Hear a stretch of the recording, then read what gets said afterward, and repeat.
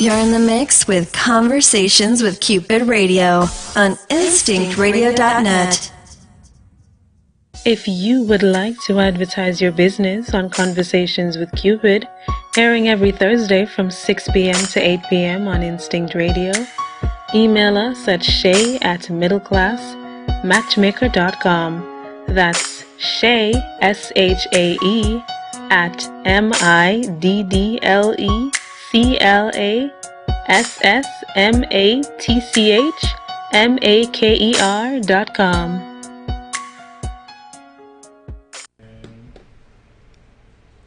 Happy Thursday, everyone, and welcome to Conversations with Cupid. I'm your host, Shay, Middle Class Matchmaker Primus, and I'm so excited about our show tonight. As you know, this show, Conversations with Cupid, is a platform for singles. We learn all about relationships and dating and different issues that singles will face. Well, tonight will be no different.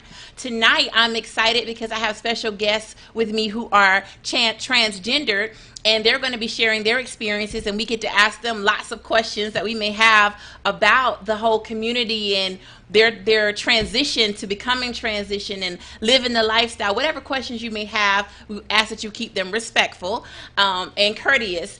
And I just want to put that out there as a disclaimer, because I think it's important that we respect all of our guests, right? But especially any of our guests who might be in the minority, as we are often in the minority as well.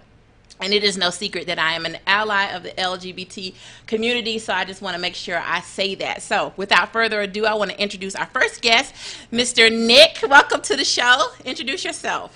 Hey, Shay, how are you? Hey, viewers. My name is Nick Devereaux, and I'm just here to answer any questions that you may have. Okay, thank you so much for being open and honest and transparent with us tonight. And we do have London, who will be Skyping in with us.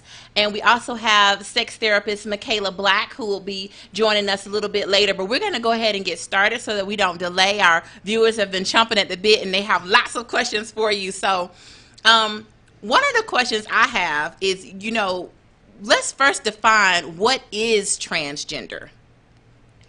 So, for one, I'm glad you said transgender instead of transgender. Transgendered. There's no D on it. There's no ED on it. Okay. So I specifically got some inboxes in terms of, transgender is a noun. So it describes a person, place, or thing, right? Transgendered, it makes it plural. So there's no such thing. Okay. So just wanted to put that clarity out. Because it didn't look right to me to say transgender and dating. At first I had transgendered and dating, and then one of my friends, Amina, who's in the queer community, she said, no, take off the ED. So I took off the ED. I'm like, but it doesn't look right. But okay. But that is right. That is right. That okay, is so right. transgender. Right. All right. And so what does that mean? So, it's so many different spectrums of transgender people. So you can identify as a transgender person without even going through any medical surgery. Instead of I'm trying not to use so many technical terms to start off. Yes. So I can make it more layman's terms for everybody to understand. So transgender is a feeling inside of you, who you are, and how you identify or express yourself. I think that's the easiest way to explain it. Now, there's some more in-depthness to it as a transgender male who has gone through HRT, which is hormone replacement therapy, which is medically transitioning. So I am medically transitioning, which means that I have now taken medical steps to start physically transitioning to fit myself. So this is a question a lot of heterosexuals have. Are you transgender if you still have your original genitalia? Absolutely. Genitalia does not describe a transgender person. It does not describe who you are in terms of your feeling, your gender expression, and again, your gender identity. Once you define yourself as transgender, that's who you are. Okay. Genitalia is a long spectrum of other things that I'm sure that we'll, get into. do a deeper dive into. But again, to kind of simplify it, start it off with a simpler term so that everybody can kind of get a high-level overview of what transgender is. That is exactly what it is in a nutshell. All right, so let me ask this question. What about people who are, because we've all seen people, because I think most people are familiar with gay people, gay and lesbian people, and we've seen gay and lesbian people who dress like the opposite sex. Like, for example, women who are gay, who are lesbian, who dress like men, and men who are gay and dress like women. But does that make them transgender because they wear the clothing to the sex that they feel? So it does not necessarily, but again, it depends on the person. Okay. So what the key things is that you have to listen to the person. You have to ask the questions. Are you transgender, or are you just identifying as a lesbian female? So there's different spectrums of lesbian females. So we talk about androgynous, right? Okay. Androgynous is typically, well, let me name all of them. Yes, please. Androgynous, stud, butch are the respectful names. Okay. or Androgynous, stud, or book. or The butch. D word is not respectful? Absolutely not. Okay. And I'm going to ask a lot of questions. And I want to say it. So Okay. the words that are not respectful in 2017 is dyke and what is it? Dyke and bulldagger. Those are not respectful. That was kind of an 80s thing. Okay. Right? So 80s, back in the day, in the 80s, you heard a lot of terms of that's a bulldagger or that's a dyke. Those are not respectful terms to identify. But I to hear call them anybody. call themselves dykes. I Yeah. have. You know, that's pretty interesting. So I can't control the way somebody, Right. you It's know, like us with the express N-word. Yes. Okay. You know, so it's kind of that inner circle thing, just like you said with the N-word. You know how we say, "Hey, what's up, N?" You know, type of situation. But we want the lines of respect to cross over to society that they don't want anybody else to call them that. Gotcha. So if you don't, you know, my perspective, and let me use a lot of I statements because while I'm speaking in general terms for transgender people, I am only one transgender male, and I can really essentially only speak for myself. Right. So I want to be very clear when I say that, Okay. because there may be some other thoughts or ideologies around, And there's the way no some one other one way. It's not a cookie cutter. Gotcha. All right, it's definitely not a cookie cutter in the LGBT community. Gotcha. Oftentimes, speaking of LGBT, the T in it, and this is, you know, we're going a lot, we're fast forwarding, Yeah. but in the T, oftentimes we do not feel like we are a part of the L, the G, or the B. So the lesbian, the gay, or the bisexual community, because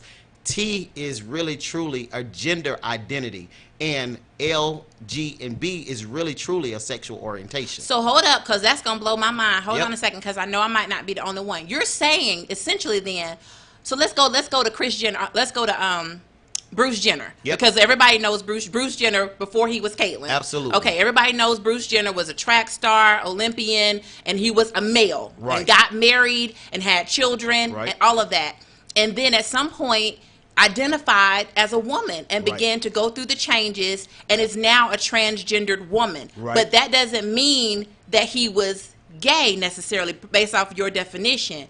He doesn't have to be gay to be transgender. Well, that's true. Now we're going into a you know, in Plato's closet. You know, Okay. it opens up a completely different Pandora's box, and I don't necessarily want to dive that deep just yet. Okay. But we can do that as the questions come in and as we go down the spectrum. Okay. But absolutely, you're absolutely right. You're onto something, Shay. Okay. But let's go back to the LGB and the T. Okay. Right. So again, there's two different things in this: gender identity and gender expression.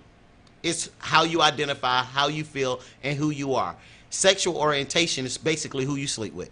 Okay. Who you're attracted to. Who you sleep with Who you- versus who you identify And who with. you're attracted to. Okay. Who you're attracted to and who you sleep with. Right. That's your sexual orientation. Absolutely. And who you identify with is your identity. How you identify. How you identify. Uh-huh. Okay. Which is gender. How you identify, if you identify as a male or female. So going back to the lesbian community, right? So because I once identified as a lesbian. Oh, wait, hold up. You got to baby step me. Yep. So let's start since you're going Yep. there. You were born as a woman. I was born female. You were born female. You didn't dress like a male. You just, No, I did. No.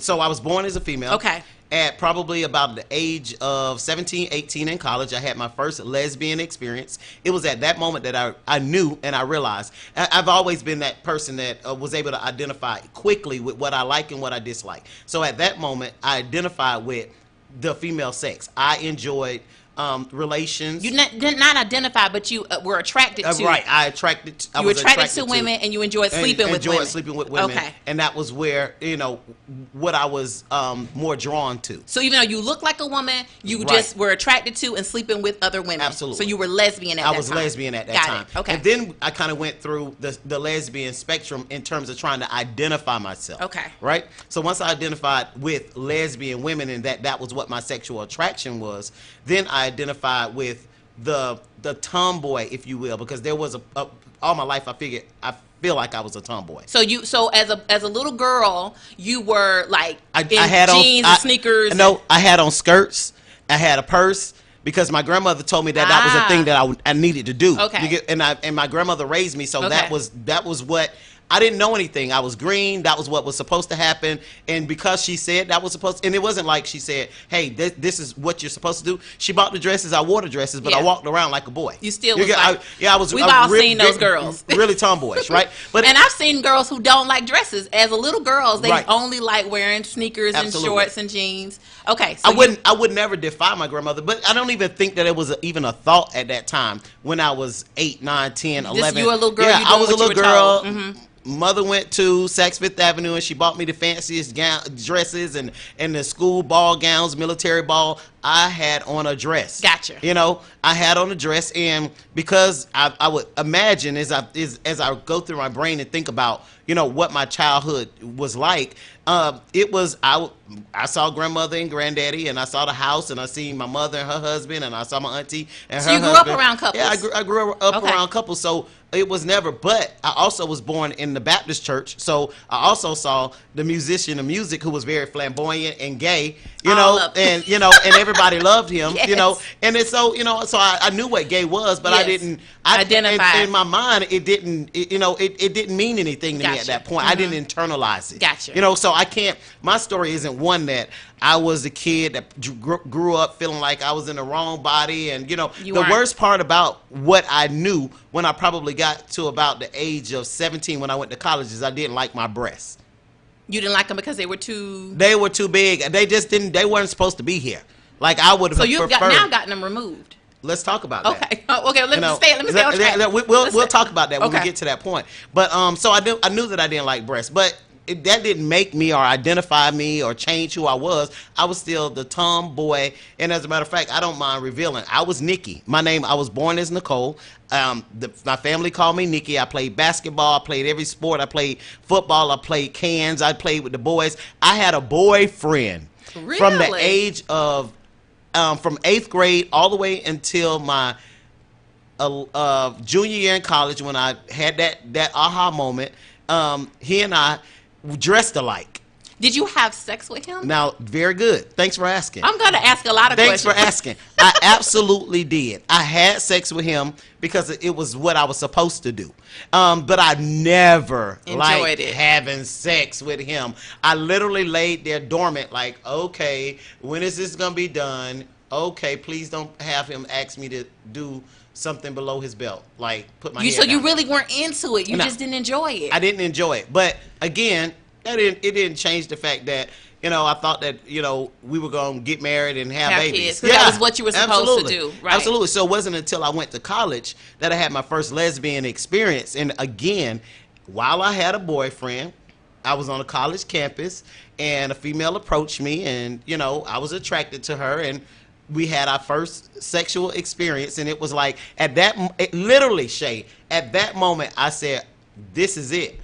This is what I like." I gotta stop you, Nick, because a lot of women have same-sex experiences, but they're not gay. Right. So, or they're not lesbian. Right. They don't identify. They don't identify in their lifestyle. They just, it's fun. It's let's just do it. But they don't want that to be their life. You knew this was your life. I knew at that point. I drew the line in the sand, and I said, "This is it." Now I didn't know how to articulate that or how to internalize it, but I knew. I was very, very dominant and controlling in my mind, so I knew that was who I was. And how would I deal with that? I'll just have to figure that out as I maneuver through this journey. All right, so you had this one experience. You realized that you're going to be a lesbian. Yep. All right, did you start dressing like a boy at that time? Absolutely did. You did? It was at that moment that she taught me because she said, we had this conversation. She was like, "You're very dominant. You're very this." So she kind of guided me through. She the was way. already in the lifestyle. She was already in the lifestyle, so she kind of guided me through the lifestyle. And we went to the store. We went to Macy's. I'll never forget. She had a credit card, and she said, "Go get these Guess jeans." And let's just say at that time I was in a size 32 regular. As a matter of fact, let's say girl clothes. I was in a size 10. Maybe a 12. It depends, on what type of clothes I wore, right? She said, in order to be a dominant lesbian, at that time it was called butch, you've got to wear your clothes a little bit bigger. So we went in the store and we bought size 34 clothes, bigger than what my size was, and basically I was sagging, it was baggy, and I turned into a boy instantly. Like literally though, when I put on those clothes, it was like amazing. You knew that's what you were supposed to be. I felt liberated. Like I was like, this is it. This is how I identify. But because, I had to, I don't know. I was just like, what do I do with this? I don't know. How do I go home and tell mama this? But I didn't have to tell because one of my very close friends, who was my roommate, she basically snitched on me. So she called home because she was all upset. She was a heterosexual female, and we were really close. We were best friends in college, and she was like, so she told. I had no idea, though. She had called my grandmother. She said, she basically called my grandmother and said, Nikki is down here in a lesbian relationship. Oh. So when I got home for that summer, I come in the house, but I had on my boy clothes, I had on my boy clothes. And, of course, my grandmother was stunned. My grandmother loved me. I'm the angel, so it didn't matter one way or the other with her. Whatever I did, it was all right with her. And once she internalized it. But I never forget, when I walked in the door, she was like angry. She was like, "So, Nikki." I was like, "Yes, ma'am." She was like, "Well, somebody called me and told me that you down there having sex with girls." I was blown away, Shay. Because you didn't know she knew. I was so blown away. I was like, oh, my God. Because my whole thing is in my entire life, over everybody except the Lord, I did not want to disappoint my grandmother. Oh, that was heartbreaking for me. So anyway, I had that conversation. I was like, you know what? It's the truth. It is true. And, we went through because I came from a Bible belt. So you came out immediately? Yeah, immediately. Because I told you, I'm no holds barred. So we sat down, we had the conversation. I was like, Mom, it's true. I do like girls. I have been, having relations with girls, and she was not happy about it.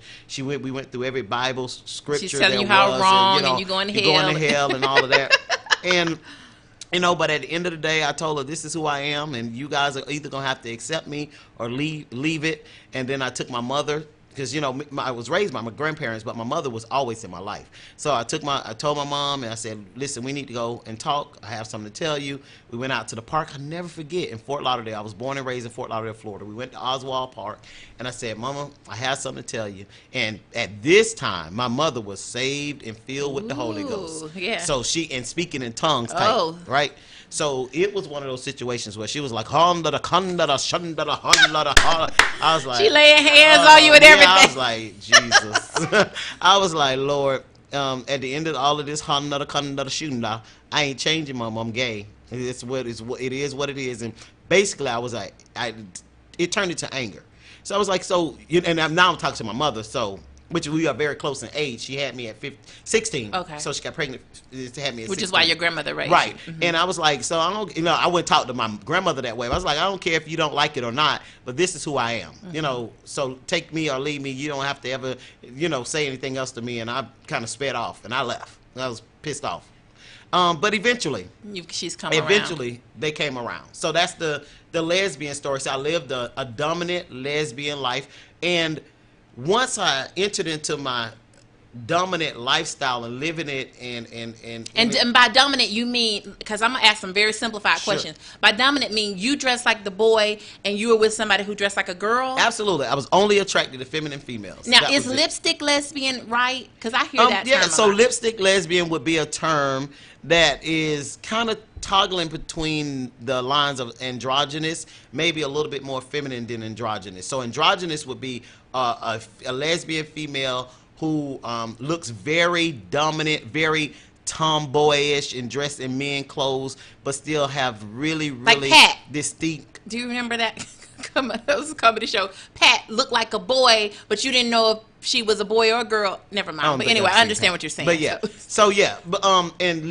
lipstick lesbians are typically those that still dressed in heels and lipstick, hair such as yourself, and but they're very, very you wouldn't tomboyish. know. Oh, yeah. but wait, lipstick lesbians are still tomboyish? They're tomboyish. They have a tomboyish edge to them. Oh. But if you didn't know, you wouldn't know. They're the type that would wear kind of men's clothes, but it's disguised a little differently. They dress it up with makeup, like tomboys, true tomboys that are dominant. They don't wear lipstick and makeup and typically don't wear hair. You know, usually they are, you know, hair shaved or locks or something very, very masculine. I see. A lipstick stud or a lipstick lesbian, you really can't detect it. Okay. Not right off the bat. And then there's a you said there's a spectrum. I would call so if we can identify with somebody, what's her name? Ellen's lipstick? Absolutely. See, to me, it's clear that she's gay. I don't know. It's because she's come across those spectrums. If you look at Ellen back from the late 90s to the early 2000s, she wasn't. Oh, I'll tell you another one. This is probably the perfect example, probably more perfect than even Ellen would be Queen Latifah. And I'm probably telling her tea. No, everybody knows she's gay. All right. Okay. But it would be but Queen Latifah is gay, but she comes across as feminine. Right. So you know how she does, I don't know if it's L'Oreal or I don't know which CoverGirl. Yes. Whichever one she does, you know, and every time I see it, I'm like, oh, Jesus. Right. Gotcha. But that's her life. You know, so she would be lipstick. She would be lipstick. Okay, but then there are people like Ellen's wife, Portia. You would never know that she's gay. She would be what we call a feminine lesbian. She's a feminine lesbian. Right. Okay. Because you would never know that she was married to a woman. Exactly. Okay, I see what you're saying. So there's a spectrum. You were on the other end of the spectrum where you dressed like a boy. Right. Were you calling yourself Nick at the time, or you were still Nikki? So it's very funny. So glad you asked that question. In college, it was basically still Nikki. You know, it was still either Nikki or Nicole. Okay. And I'm just trying to think. My college friends probably called me Nicole. They probably didn't call me Nikki. Some of them probably called me Nikki. But yeah, whichever one they wanted to call me, it didn't matter. It was always my female name. Okay. Is what they called me. All right. Let's see. It wasn't until I left college and moved to Atlanta that I really got engraved in the lifestyle. The lifestyle. Okay. Right, where I started to carve out how I really wanted to identify. And at that time is when I took on the dominant role in all relationships and all of that. In terms of all of my relationships. So okay, because let me get this straight.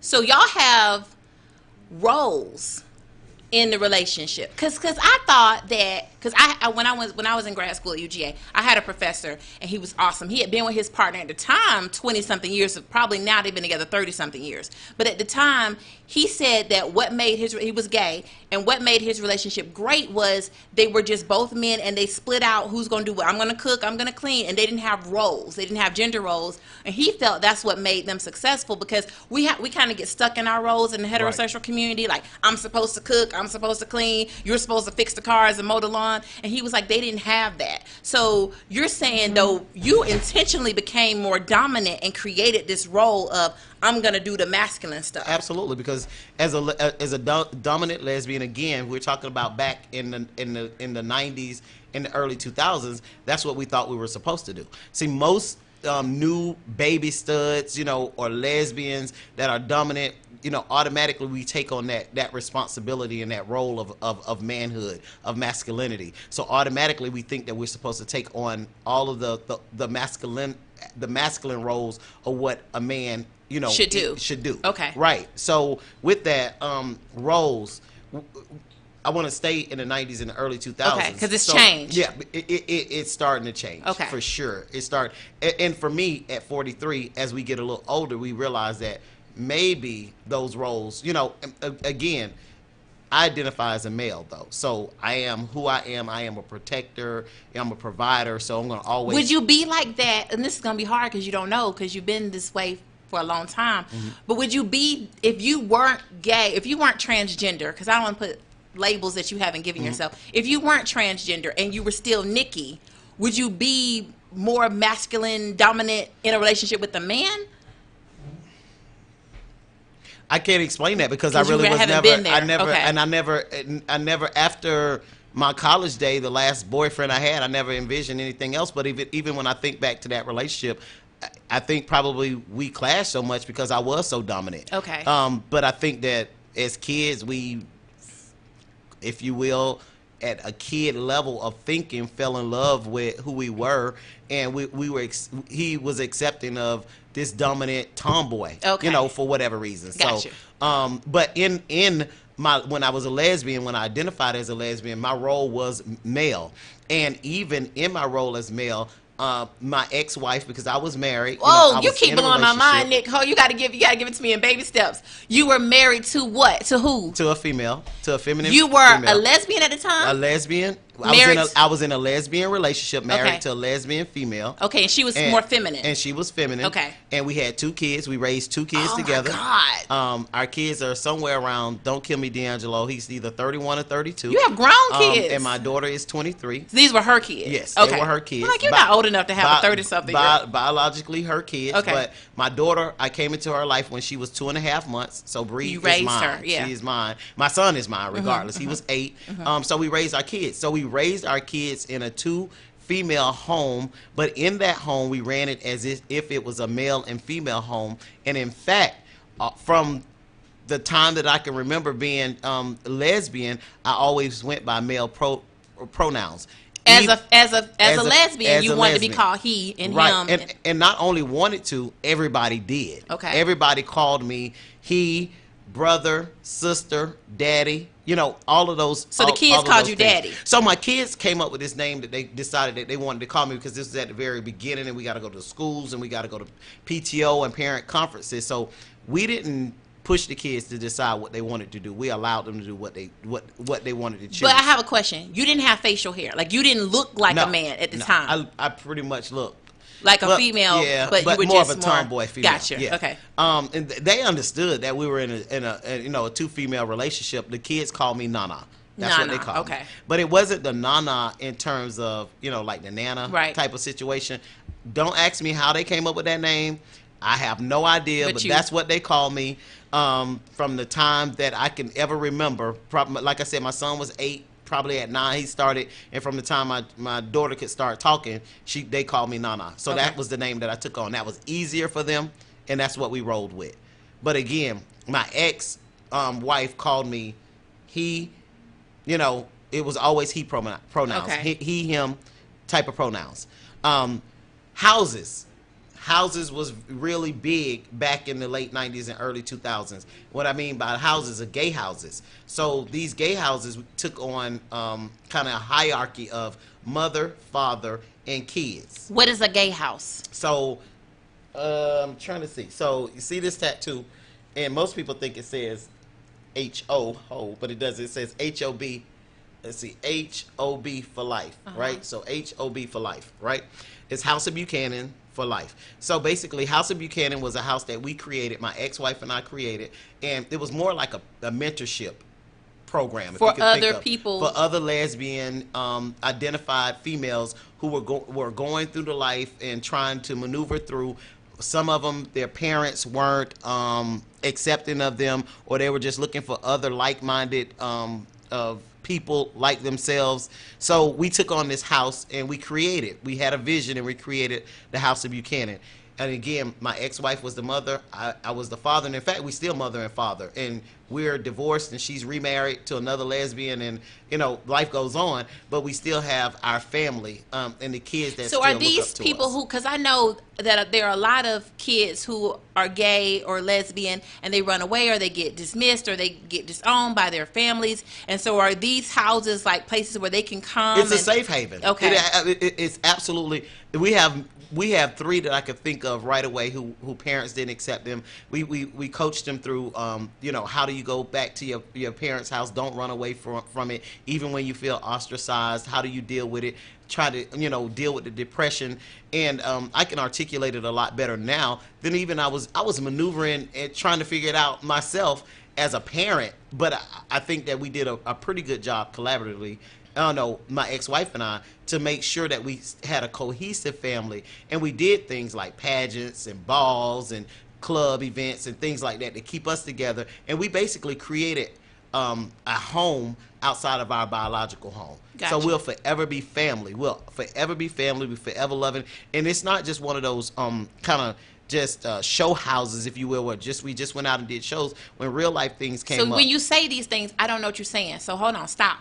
So first, there are houses that people who are transitioning to gay and lesbian lifestyle, they can go to these houses. And there's a mom and there's a father there who groom them and answer questions. And how do you move into this lifestyle? How do I get clothes? What do I say to my family? What do I say? They can answer all these kinds of questions. And how do people find these houses? They're just in the community. Just in the community, and I'm glad you asked that, because there's several. There were so many different. It was probably back when our existence started in 2003. So in 2003 there was probably several different lesbian houses that even was created before us. And how do people figure out who they want to be a part of? It's just like a sorority or fraternity, to try to make you understand it a little bit better. They attach to what's relatable for them. So being a Kappa or a Q or a Delta or I am a AKA. Delta, but I'm trying to wrap my head around what you're saying. So if you got to baby step us through, because this is all foreign. So I'll just say this: I pledged the sorority. Oh, I'm aware that y'all have so underground sororities and fraternities. No, not that. D9. I know. I'm aware that y'all wear our colors and our stuff. No, let's be clear. You were in college. You were in D9. Clear. Yes. Oh, you were official D9 in college. Absolutely. As in a sorority, because you were a female. Absolutely. Okay. All right. I'm clear. Can you figure out which one? I don't know. Just take. I don't want to do that. Go ahead. No. I want you to. No. I don't want to do that. Shay. No. Come on, Shay. You're not gonna do that to me. You're not gonna do it to me. Do it. Nope. Do it. You scared? Nope. Yes, I'm scared. You shouldn't be scared. I'm not gonna do it. Go ahead. I mean, I'll find something for you while we scrolling. I'm not gonna be able to do it, because I don't want anybody coming to attack me. So I'm not gonna be able to do it. So I'm gonna be very clear. While I want to say this while I'm online. So to never ever disrespect my sisterhood, I will never disrespect them, because they understand. I wrote a letter into my chapter. They understood. I asked them what route to take when I went on this journey, on this transitional journey, and they are very accepting of me and who I am. They now call me their brother instead of their sister. They understand these things. I don't wear any paraphernalia. You don't wear them anymore? No, absolutely not. I don't identify as that. So it's kind of, I had to, I would call it kind of sort of the worst part. I think if you had to ask me what's the worst part of my journey in terms of transitioning, what a part of my old life that I miss, there's only one part, and it would be because your all sorority. my life I wanted to be a part of this particular sorority. And you were able to join. Founders Day pop up. That's the only thing that kills me. But you chose not to participate, because I'm sure your sorority sisters. I know if any of my line sisters, they are, and I actually have some line sisters who are gay. I don't know if they've. Yeah, actually, I have a line sister that got married last year. But so being gay, I have several of them that's gay. But being gay and transitioning to a male, you can't be a male and be in a female sorority. No, I understand what you're saying. But what I'm saying is, if one of my line sisters said to me, Shay, I'm transitioning to a male, that's still my line sister. Absolutely. Yeah, that's what I'm saying. I'm not their line sister, though, because I don't want to be identified. You want to be identified as a guy. I understand. Right, so that's why you had to back up. I'm clear. Right. I'm clear. But yeah, I'll find it for you, and I'll show you. I just want you to tell me, because I'm not going to be guessing up here. You're not going to have. That's terrible, Shay. I have friends of every D9 organization, and you're not going to have nobody pinning me to the cross. It's terrible that you scared. Well, I am. You scared? I am. Take it to the bank. I'm not doing it. All right. So that's basically. But if you think along the lines, so I said all of that to say, if you think along the lines of what our sororities and fraternities did for us when we were pledging, and the sisterhood and brotherhood that we can take on for the rest of our lives, and what it means to us, and I know you can, then that's basically what I'm saying. Gotcha. Is what I think London is trying to Skype in, so we're trying to, let's see what's going on here. And it looks like we have a call. Hey caller, welcome to Conversations with Cupid. Hey caller, welcome to Conversations with Cupid. All right, I don't hear anybody, so I'm going to We're gonna hang up. London is trying to reach us. London is a trans woman, and I'm gonna tell you, London looks good, y'all. I mean, she does. London will put some natural born sisters to shame. London is beautiful. bringing it. So she's trying to Skype in now. So as soon as she comes on, we're gonna hear her story, and her story is similar. I do know, I know two of her friends. One of her friends went to elementary school with her, and one went to high school with her, and she went to Morehouse, and now she's London. So we want to hear her story. But this is very interesting. I can't believe you couldn't guess that. I'm not going to guess it. I'm not going to say it. I'm not going to do anything. That's terrible. Well, why you say it's terrible? No, I'm just saying. Well, at any rate, I know. Just keep it moving. All right. At any rate, all right. So you were in a lesbian relationship. When did you decide, or when did you have a feeling like, you know what, I'm gonna go all the way with this. I'm just gonna. It was, it was honestly. I just didn't know, it even transgender even existed. And Chaz Bono. That was probably the first person we all heard about, right? Yes. Heard about Chaz Bono. Heard about all of his, complications and everything he went through. And it still didn't trigger anything. On Dancing with the Stars, I remember when Chad. But we talked about long before that. Okay, before that. I didn't know about him until Dancing with the Stars. Yeah, long before that. I'm saying that was probably the first time I ever saw it. And then directly in our community, I'll never forget, it was a guy who transitioned, and he came to one of, because I used to be a club promoter as well. So he came to one of my events.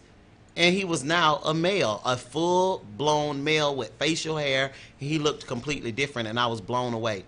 And it was intriguing. I wanted to know what was that, and what did he do, and how did he do it. So it was at that moment. It was probably in 2005 when this happened, and I was like, So is this relatively new, this transgender? Because I know that people have been dressing like the sex that they identify with forever, but is this relatively new to just say, no, I'm a man, or I'm a woman? No. So from what I understand and what I know, from what I've what I've researched and been a part of, and on this journey, what I've learned is transgender people have been around so long, but it just hasn't been visible. And they didn't have a name. It wasn't a real name attached to it. But man, we can find articles and things all the way back to literally before time, literally. But there's a difference, okay? Because I've heard the story of like Marvin Gaye's. Are we Jack? I don't see. Okay, I heard the story of like Marvin Gaye's daddy wanting to wearing women's clothes, but a cross-dresser is not the same thing. See, a cross-dresser and a transgender person is totally different. Unless that cross-dresser decides that they identify as trans. Okay. Right. So that's where it gets a little muddy. But and oftentimes the heterosexual community thinks that, and that was where I think the bathroom laws came in, that everybody was so disturbed because they felt like the dude in drag. Hey, welcome to Conversations with Cupid. Hey, caller, welcome to Conversations with Cupid. Oh, they hung up. All right, I know. Okay, London just said something. I'm trying to read her messages. She says it's not signing her on. Can you assist her, Net, please? London, Net's going to assist you with getting on, because we definitely want to hear your story, too. Absolutely. Okay, so, because there's a spectrum.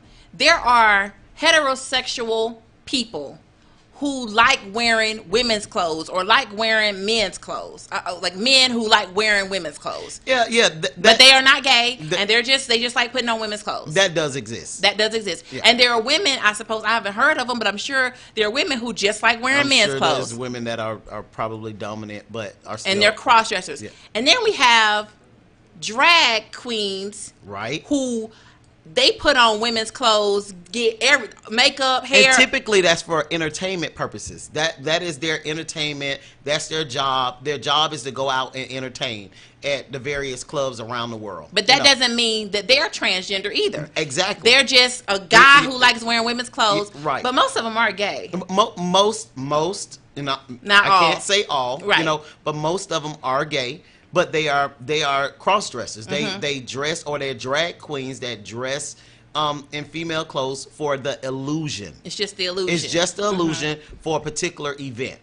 But I know because I've watched RuPaul's drag show. Right. They mostly gay, but Right. from what I've seen. Right. But I'm sure there are some who Right. aren't, and they just like wearing those clothes. But then there are people who, like yourself, you're living this life. You're Right. living life as a man. You are Right. officially, legally right. a man. A male. Right. Now, I want to get into when you decided, no, I'm going to do this officially. So again, it was at that point in 2005 when I had that aha moment, and I said, and then I started doing some research. Well, it took me years because at that point I'd been in, from the end of time, from the beginning of my career, I've been in corporate America and kind of carving my way through. Oh, as right? a woman, as a dominant, no, as a lesbian, okay, right, as a lesbian, because lesbians are more accepted, of right? course. So, which is still difficult, but more accepted. So I was carving my way through, my career, and I had made a pretty good, name for myself in my career, in my stature, if you will. And at that point, I was at a salary point and role where I wasn't sure that I wanted to risk that to live in my truth.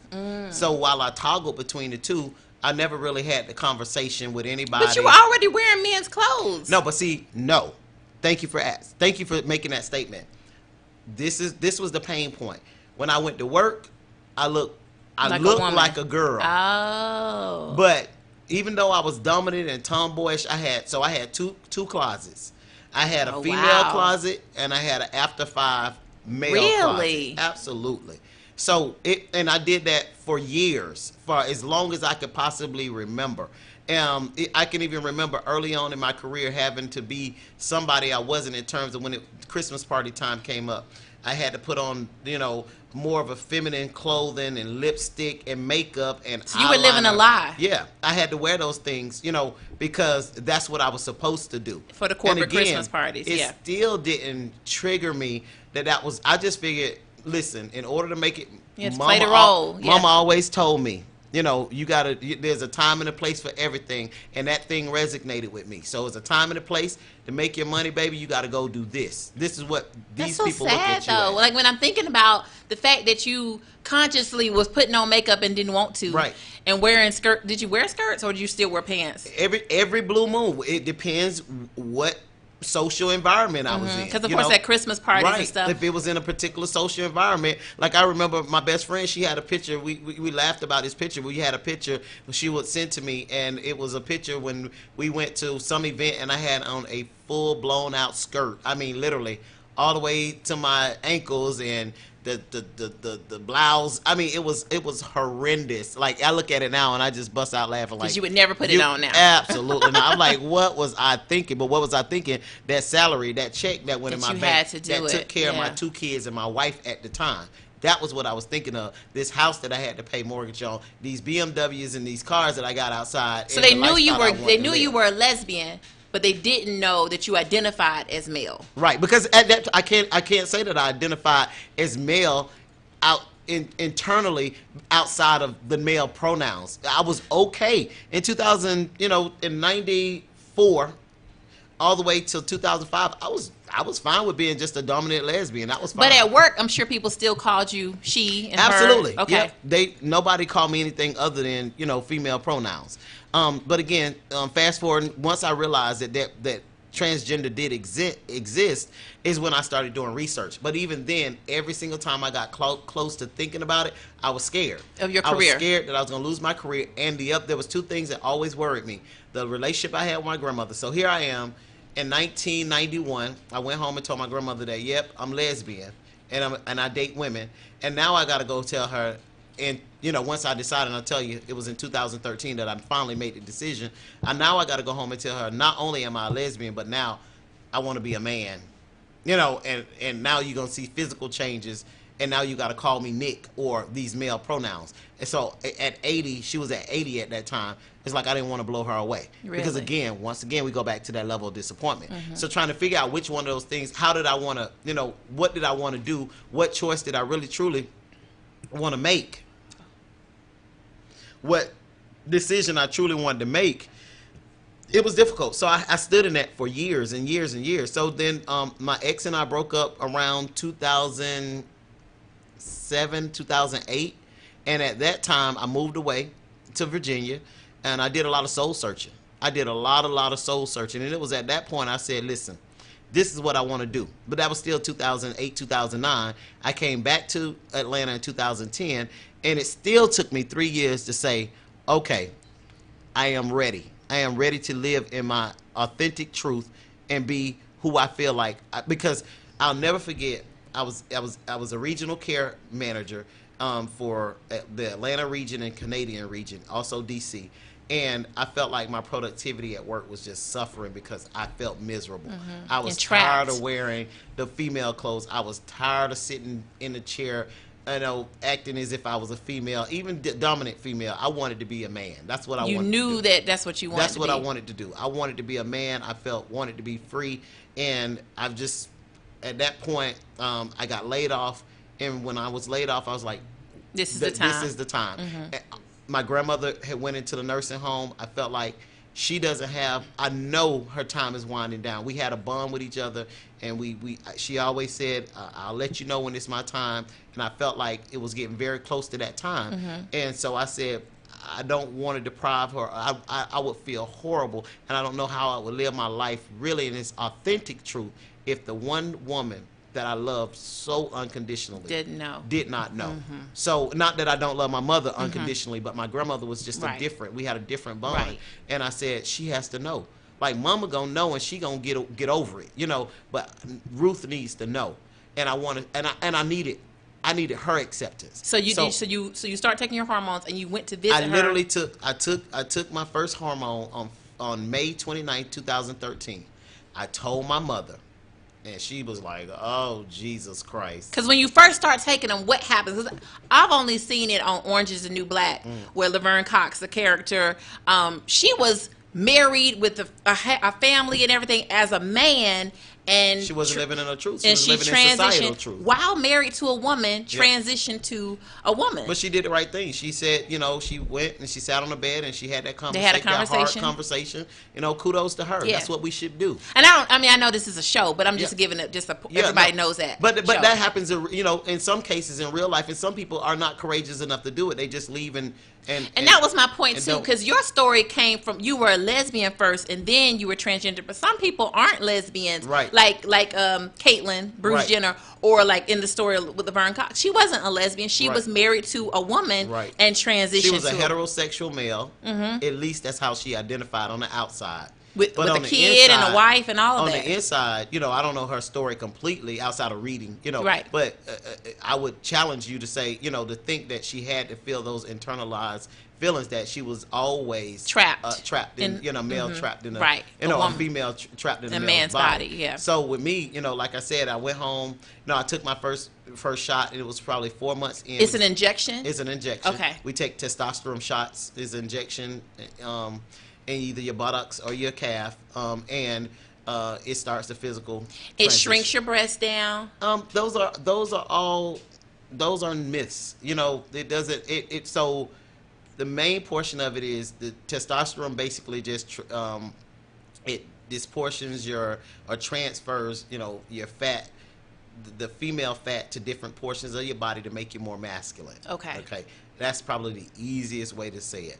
Now, it has physical changes, clear physical changes. So your hair starts growing in your face. Emotional changes, Emotional changes? Absolutely. Like what, Nick? Like what? Like what emotion? Like what? Like, I don't care no more. What happened? Some people go through depression. Some people have attitudes. Some people are just mean. Really? Some people are, become introverts. Some people become extroverts. Like you can totally change. You aren't, your mind, your thought pattern isn't the same. Things that you thought you would never do, you do. There's things that you never thought you would accept or be accepting to, you are accepting to. There's just so many changes that happen, and it's not contingent. It's not a cookie cutter. Everybody's journey is different, is individual, and it's different. So I can't tell you what somebody else's was. I know I went through depression. I went through emotional roller coasters, up and down. I went through a complete, physical change, of course. So, those are some of the things that I can, absolutely speak to. So I have questions. Now we're going to get into with this next round. Because you take the hormones and then people have surgery. All right. You have surgery, and you can, if you're a trans woman, you can get an actual vagina, right? You can get breasts, which I think London has from her pictures. You can get breast implants. You can get an actual vagina. I want to understand how that happens. Like, how do they convert the penis to a vagina? How do you convert a vagina to a penis? And does it still function? And does it still operate the same as a natural born person? So what I want to say is yes, yes, and yes to all of those things. I want everybody who's listening to do a little research on, SRS, which is sex reassignment surgeries. Those are real. Yes, they work just like anything else. What I do want to say is everybody doesn't get it. Because everybody can't afford to get it. Everybody doesn't necessarily want to get it, have those surgeries. So to identify as trans doesn't automatically means that you have to have a surgery. So, and I think that's the biggest misconception. Well, it's a big question, because and we're gonna go here because what's in pop culture is that there have been trans women mostly who have been out with men, and the men didn't know that they were trans. We're gonna get to that. That's a later part of our show. And I think a question is, does she have a penis or does she have a vagina? And I know for your community it doesn't matter, but to the heterosexual community it matters, because it's like if he's with her and she has a penis, what does that say about him? So it's like we have questions about that. So again, remember I said I wanted to talk a lot about I statements because I can't speak for everybody else, but I'll generalize that. What the biggest thing that I think transgender people want people to know is that we should not be defined by our genitalia. Now I know that doesn't. But heterosexual community, that's like whatever. Right? I get it. But I would do us a disservice if I didn't say that. Okay. I would do a huge disservice to my transgender community. We don't want to be defined by genitalia. So you can have a vagina and still identify as a man. Absolutely. You can have a penis and still identify as a woman. Absolutely. Okay. That's what I want you to understand. Now, to do a deeper dive, those people who decide to have surgeries, some people freely openly answer that question to the masses, and some people feel like it's not private. Anybody's business unless we're to the point where we're engaging in terms of having conversation, and we want to talk about that next level, that next level, which would include intimacy. Where I was following all along to this. When we get to sex, though, that's when I think a lot of questions come from the heterosexual community, because with us it's black and white. You have a penis, your penis goes in the vagina. So it's like this. We know what you do with it. Again, I will continue to challenge the heterosexual community with societal norms, because society has said that the penis goes in the vagina. Let's get real and raw. Some men, not all men, but some men like the anal, right. I was trying to find it, to be pegged, right? So for those that might not know peg, anal play, right? By a female, right? I've had, but that's okay. You get what I'm saying? But my point is, and that's okay. That's normal. But it's not though. But let me say, that's not accepted across the board. But it's a question mark. Now, some people might do it, but it's not normally accepted. It's not like, it happens. My man wants me to strap on. As quiet as it's kept, it happens. And that was the second thing I'm going to. The strapping on the males, the pegging for males, the tossing salad. I think Tank came out and said, I like my salad tossed. I don't care. Now all of a sudden he gay. Is he really gay because he is his sexuality is fluid, or what he does in bed is fluid? I think he's freaky. I don't think that makes him gay. That's my point. Does it necessarily make it so? So I'm not trying to divert. I just want to be very clear. I just kind of wanted to open up that spectrum of conversation and sex. Why is the bedroom the very first thing that everybody attaches relationships with? Relationships, because that's a part of the relationship. Yeah, it's a part of the relationship. So if I'm in a relationship with you, because this is another question somebody asked on my page, I want to get. If I right now got in a relationship with you, am I lesbian? Am I what? I'm glad you said I. So I identify, because we haven't talked about any surgeries or anything just yet, but I identify as a heterosexual male. I am attracted to females, and that's my preference in terms of a relationship. You've always been attracted to females. Okay. But I'm just saying right now, I am attracted to females. That's my preference, and that's who I prefer to be in a relationship with the female. So if you and I were in a relationship as a heterosexual female and a heterosexual male, you're not gay. You are a straight female. We're in a regular heterosexual relationship. That's right. That's how and that's how I see it. That's how I internalize it. Now, what we do with it depends on where your open-mindedness goes. You know, if you really think about my genitalia, because now if I be real and raw once again, because I haven't revealed this yet. Okay. If my genitalia still is assigned to female. Okay. Right? You may, I can still pretty surely to goodness give you the ideology of male and female in the bedroom. Well, I'm trying to use the right concept. Wait, what?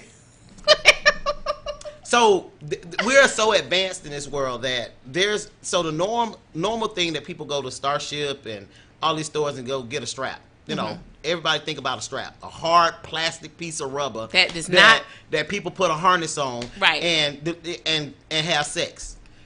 Trans guys, there's a lot of trans guys who invest in prosthetics, real prosthetics that fit our form to our body, feel sensationalized. It does everything. Can I say it? You can say it. But bust a nut. When you say it does everything, but what does that mean? No, what I'm saying, it feels like skin. It feels like skin. It has veins like skin. It has the hole like skin. It has It has the nut pack like it has, and it doesn't. And you don't have to put a strap on it. It's not a strap. I can stand straight up, butt naked, and you have a penis. My penis just slinging. You get what I'm saying? And you won't know the difference if you invest in it. What? If you invest Did y'all know this? My mind is blown. So the misconception again is that, I don't want no man that was born a female that's got to put on a hard strap, piece of a rubber, the strap on. But I didn't know this. Like my mind is really mind blown. Okay, we have a caller. Hey, caller, welcome to Conversations with Cupid. Oh my God. Hello.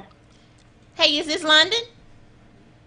Yes, this is London. How are you? Hey, London. Oh my God, I'm so glad you called. I thought you were gonna Skype in. We were like trying to get the technology. No, I've been trying to Skype in, but for whatever reason, Skype has this new thing with the system that it has a recovery system, and I'm putting my name in Skype, and it's not allowing me to sign in for whatever reason. I've went through it like for the past 30 minutes.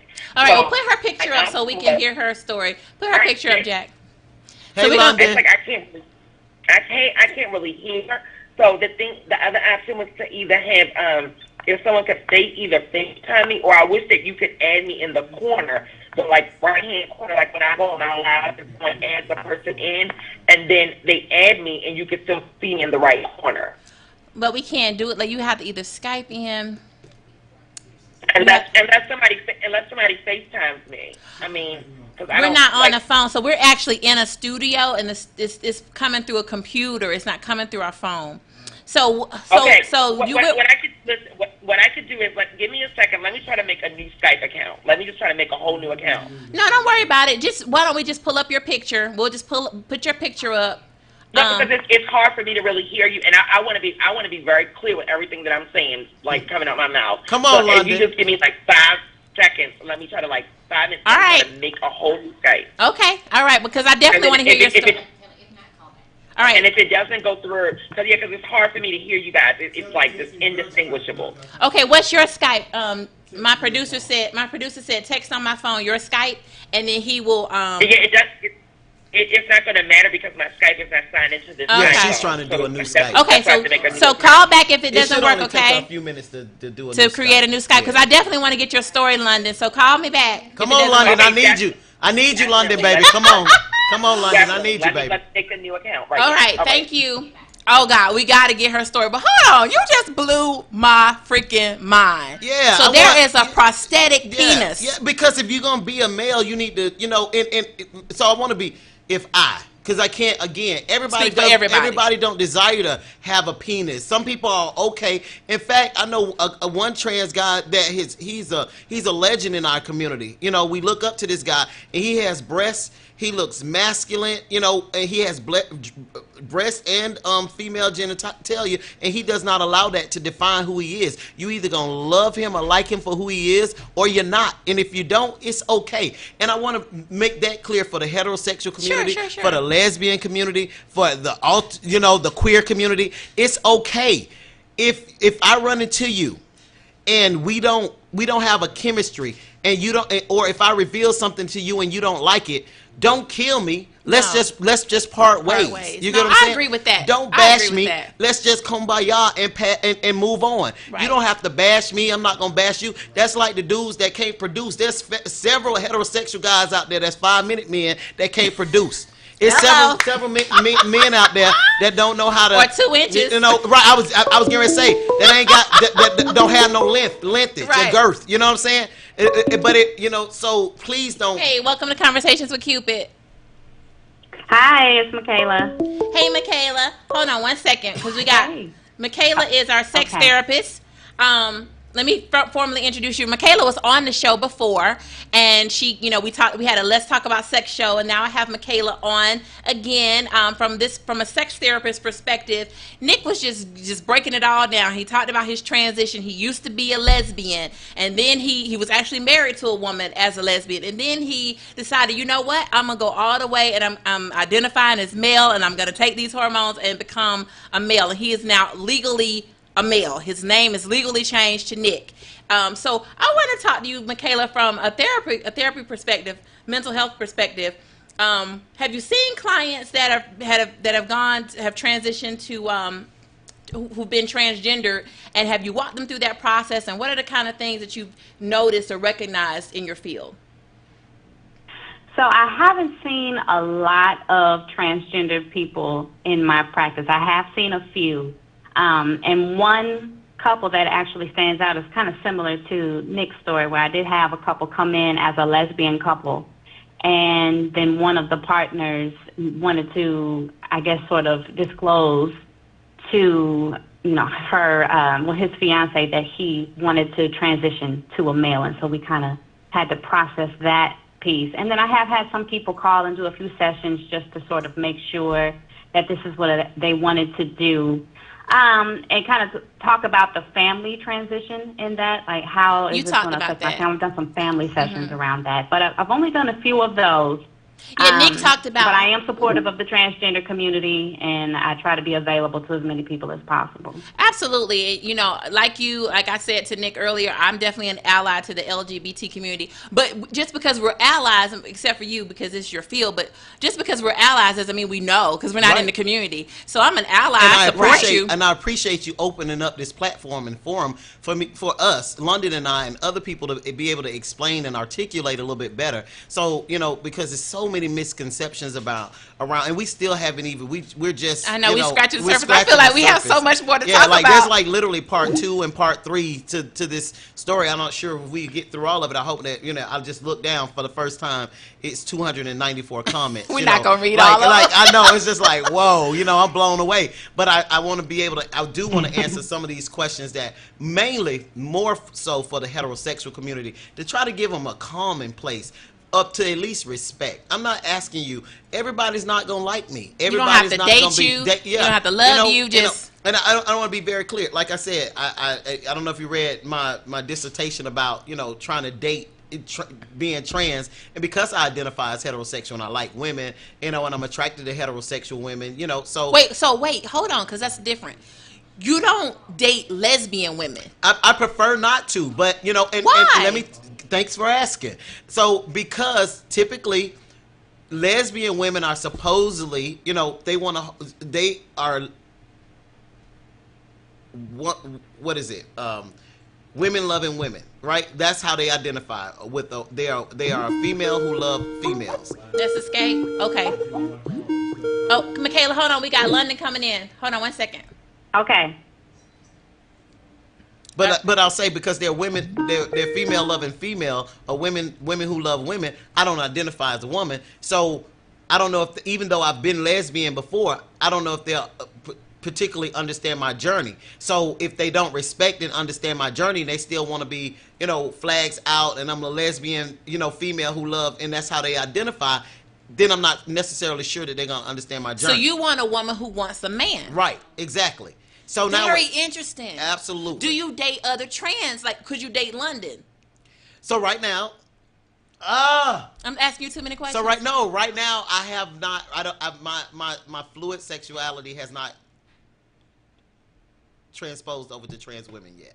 Because I saw this show. There are trans men. There are trans couples. There are trans couples. There are trans men who are attracted to trans women. And again, that goes back. And they understand each other. That goes. But see, everybody want to automatically say, "Oh, well, that makes sense because they both trans." And I'm not saying that it doesn't make sense. What I'm saying for me. Okay. What I want to continue to say for me, I can't explain.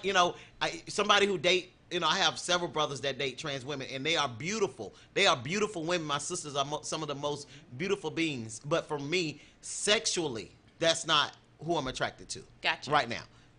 So and I say it right now because God knows I don't know, where I might you'll be next 10 years from now, 4 years from now, next year, but right now my preference, and I keep going back to that, my preference is to date a feminine female, in hopes to reestablish a family and marry and, you want to be mommy and daddy. Yeah. Okay. That's what I would like. I'm clear. This is so interesting to me. I know London's trying to call in. I'm so sorry you having all these problems, London.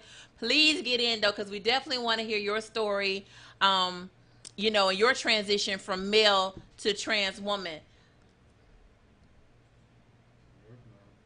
You don't see her yet? I know. Okay, try to call us, London. There she is. Hello. Hey, London. Hey, how are you? Good. I'm so glad you finally got through. Okay, we can't see your we can't see your camera. Show your my camera's on. Like it's on. I pressed the button. It just says an instinct radio thing. It just shows a sign of no camera. Okay, can you see me? Not yet. Well, let's go ahead. I can see myself. You see yourself? We can't see you. Mm-hmm. It's coming through. All right. So, London, tell us your story. Okay, who are you? How did you start? How did you begin? Okay, we see you now. I see all these bosoms, girl. I see. That's what I see. Hey, London. You are beautiful. Look at you. Oh, I look bad because I just was working out. That's why I just finished working out, so I look crazy. I'm in the car. Well, you look beautiful. Thank you. So, I don't know where you would like me to start, but let's see. I back up a little bit. Back up a little bit. Okay. Yep. Like right there. I'm in the car, so it's kind of. That's fine. You see me now? Yep. Back up right there. Okay. Now bring it down. Let me see your eyes. See, I don't see you all though. Just stay right there. Okay, right there is okay. Good. All right, go ahead.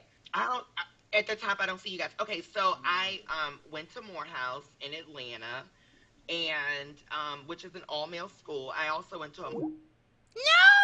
No! Oh no! I didn't want her to call back. We gonna get it through.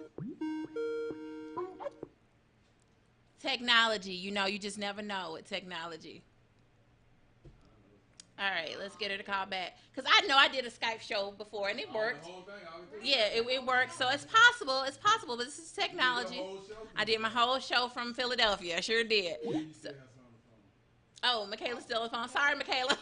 We were trying to get London. Yeah. We were just trying to get London. I don't know if there's something going on with the radio show in general today, but it was freezing up on me earlier. I tried to log on earlier and I couldn't. So it could just be something going on with the technology today. All right. So, Michaela, one of the things, when I first brought up this topic and my community is heterosexual singles. That's what I work with. That's who I match. When I first brought up this topic, I mean, first of all, the reason the topic came up is because so many questions come about with transgender. Let me see if we can get London back in. Okay. I keep hearing her ringing. But so many have questions and concerns, and they were very hesitant about me even doing the show. Like, don't do that, Shay. That's going to ruin your career. And I'm like, why? We're having a conversation. Obviously, y'all have a lot of questions about them. We want to learn more about their lifestyle and, why they do what they do and how they get there. We have questions. So, Michaela, what is this? I find, and a lot of these were heterosexual men who were really bothered, really concerned about transgender. It's like a big issue for them. And you notice that there's a lot of violence toward, like what Nick was bringing up with transgender women when they date a heterosexual man. I don't know if it's because they didn't reveal that they were before or what, but there's a lot of violence with that. So I definitely want to get into that from a psychological perspective. Michaela, what is that about? I think it really just kind of depends on the person. It could be that they felt deceived or violated because they had to find out that the person that they were dating is indeed a transgender person. It wasn't revealed. Therefore, they were not given the choice to, consent to a relationship with a transgendered person. I think a lot of it also has to do with ego and not living in their own truth, because there are some men who are dating transgender women and they know that, but then they're worried about that getting out, where that information being revealed to other people, where they didn't necessarily want other people to know But that. it doesn't make them so gay. There's violence, right? Rooted in that. But it doesn't so it make really just kind of depends on the person. It doesn't make if a man dates a woman, a trans woman, it doesn't make him gay because she's a woman. Right, but they cannot necessarily get over that hump that this person used to be, or used to either used to identify, or we identified them as a man. That's it. So it's just hard for them to get past that piece, that they were born in a male body. And so does that make me gay then? It's different than dating someone who is a cis woman, because they don't have. And when y'all say cis, what does that mean? I see that CIS all the time. What is that? Either. Sorry, can you repeat that? Oh, is that? What you were saying. Hold on one second, Michaela. Is London Hello? calling in again? London. Hello? Hey. Yes, I'm here, Okay. and it's like every time. I don't know what. Can you see me? Yes. Turn your phone sideways. We can see. Okay, you can see me now. Yeah, we Yes. Can see her perfect. Oh, Turn your phone like this, sideways. like Oh. sideways, like Yeah. this. Yeah. I don't know. Yeah. But if I turn it sideways, it's not going to be right. That's right. It's right for us. It makes it widescreen for us. So leave it like that. Okay, now tell your story. Yep. That's it. Okay. So just you kind of can I guess ask me something, because if I start telling you, I don't know where to start. So were you? I haven't even been able to really listen to the show. Okay, so I'll because ask questions. So were you gay when you went to Morehouse? When I started Morehouse, I was not. I went to school initially, and I identified as a heterosexual cisgender male when I first attended Morehouse, and that was not because I was not gay when I attended Morehouse. It's because that's how I felt what I needed to do to be safe in that particular space. So initially in that space, that's how I had to identify. So you were gay, but you didn't identify as gay.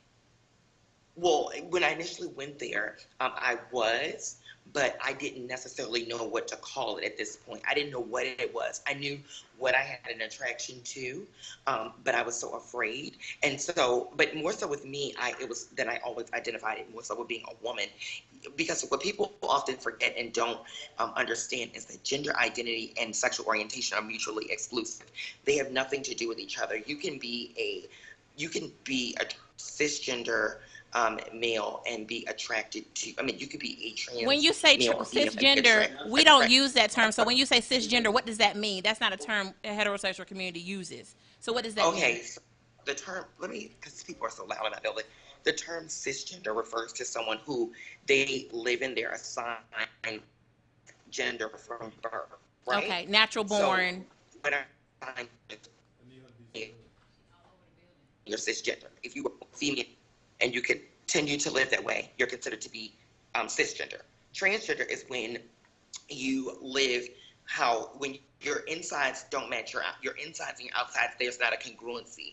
And as a trans person, you try to create a congruency between the inside and the outside, and you make your external match your internal, right? Okay, that's so. Good. All my life, I've always felt female. I've always been a female spirit, and always been more of a feminine person, and more attracted to a feminine spirit. And that was first how I identified. It wasn't that I first knew that I was attracted to boys or that I liked males. It was that I knew that I liked dresses, and I wanted hair, and I wanted to do things that were more feminine and that were more female-like. And it wasn't that I wanted to be with a man.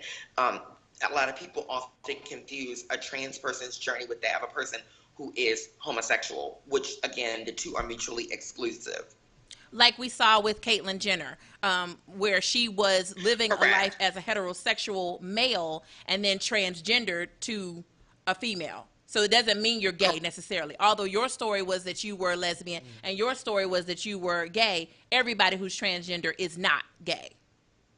No, because again, it's I can't even see on the screen I can't see you guys at all. So you're fine. It's so awkward. I know. I'm sorry. It's so awkward to me because I hate when I can't see the person I'm talking to because I can't get expressions or anything. I can't see comments or anything. It's kind of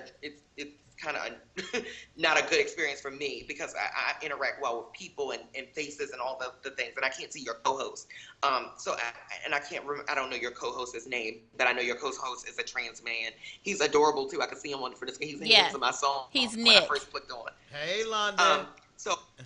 Hey, boo.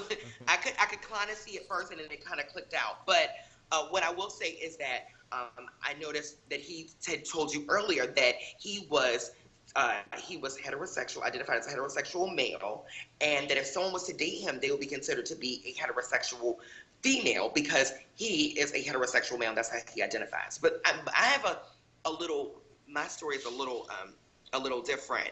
And how you doing? My story is a little different.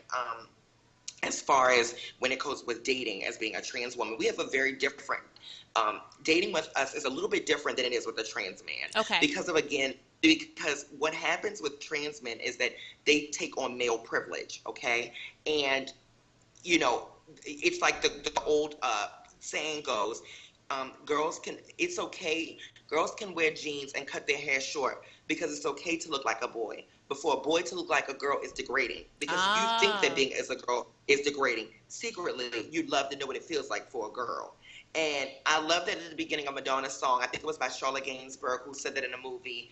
And that's a quote that I've lived by for the longest time. And it's the truth.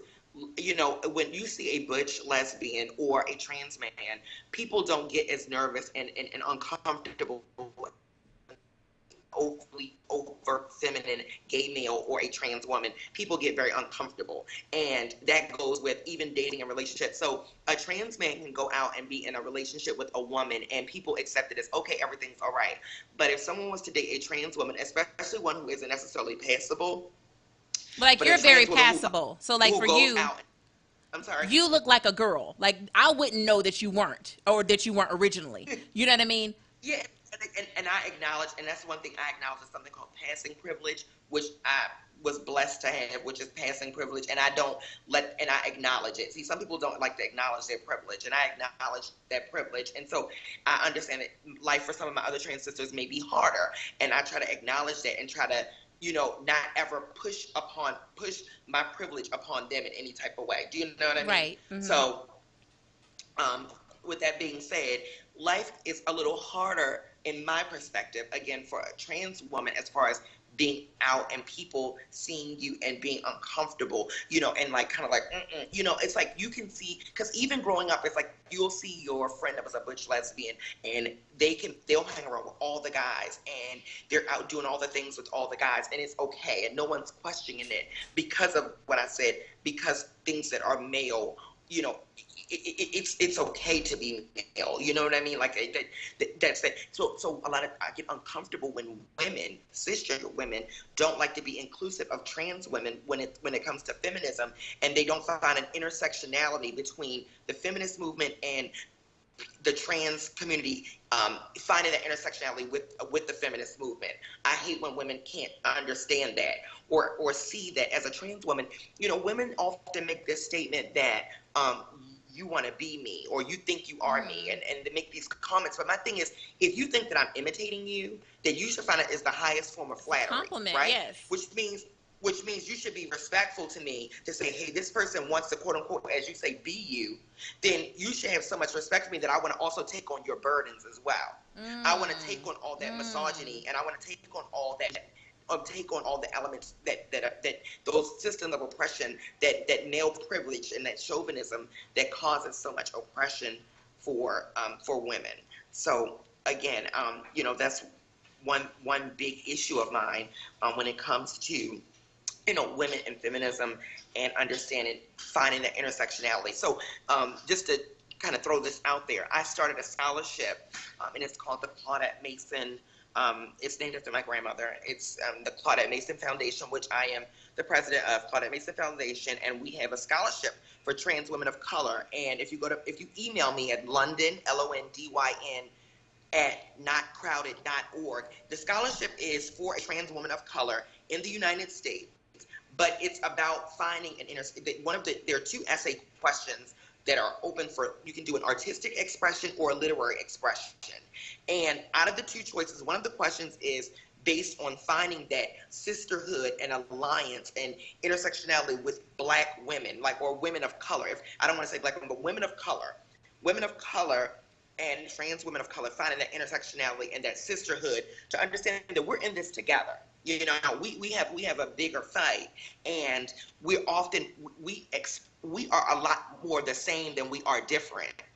People are always trying to find the differences, and what I've noticed is that oppressed populations and marginalized populations tend to look for things that are so different from other people so that they can stratify themselves above the next person.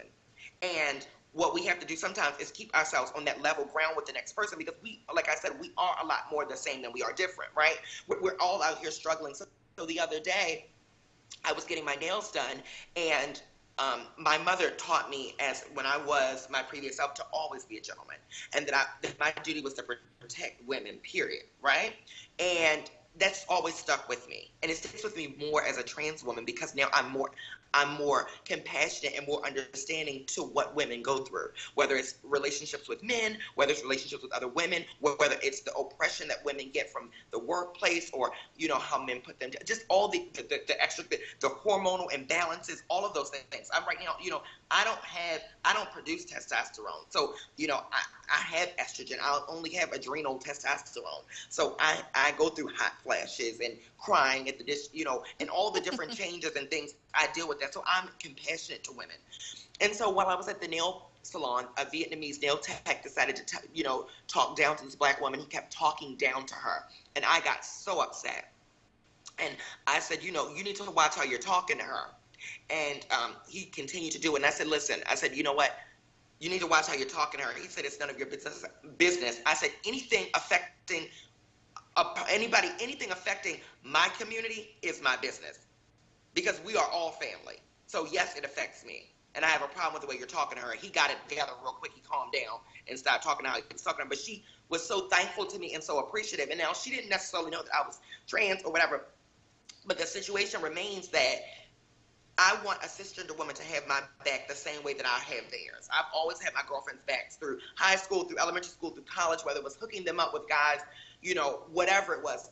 I want them to understand that it is imperative that if you are going to be a quote-unquote ally and pretend to be or act as an ally, that you understand that you're not supposed to misgender, that you're supposed to correct others. When you hear others outside misgendering others or talking down about a population, we're talking about this particular population, it is your duty to step up and to say something and to correct people and to interject and say, hold up 1 second.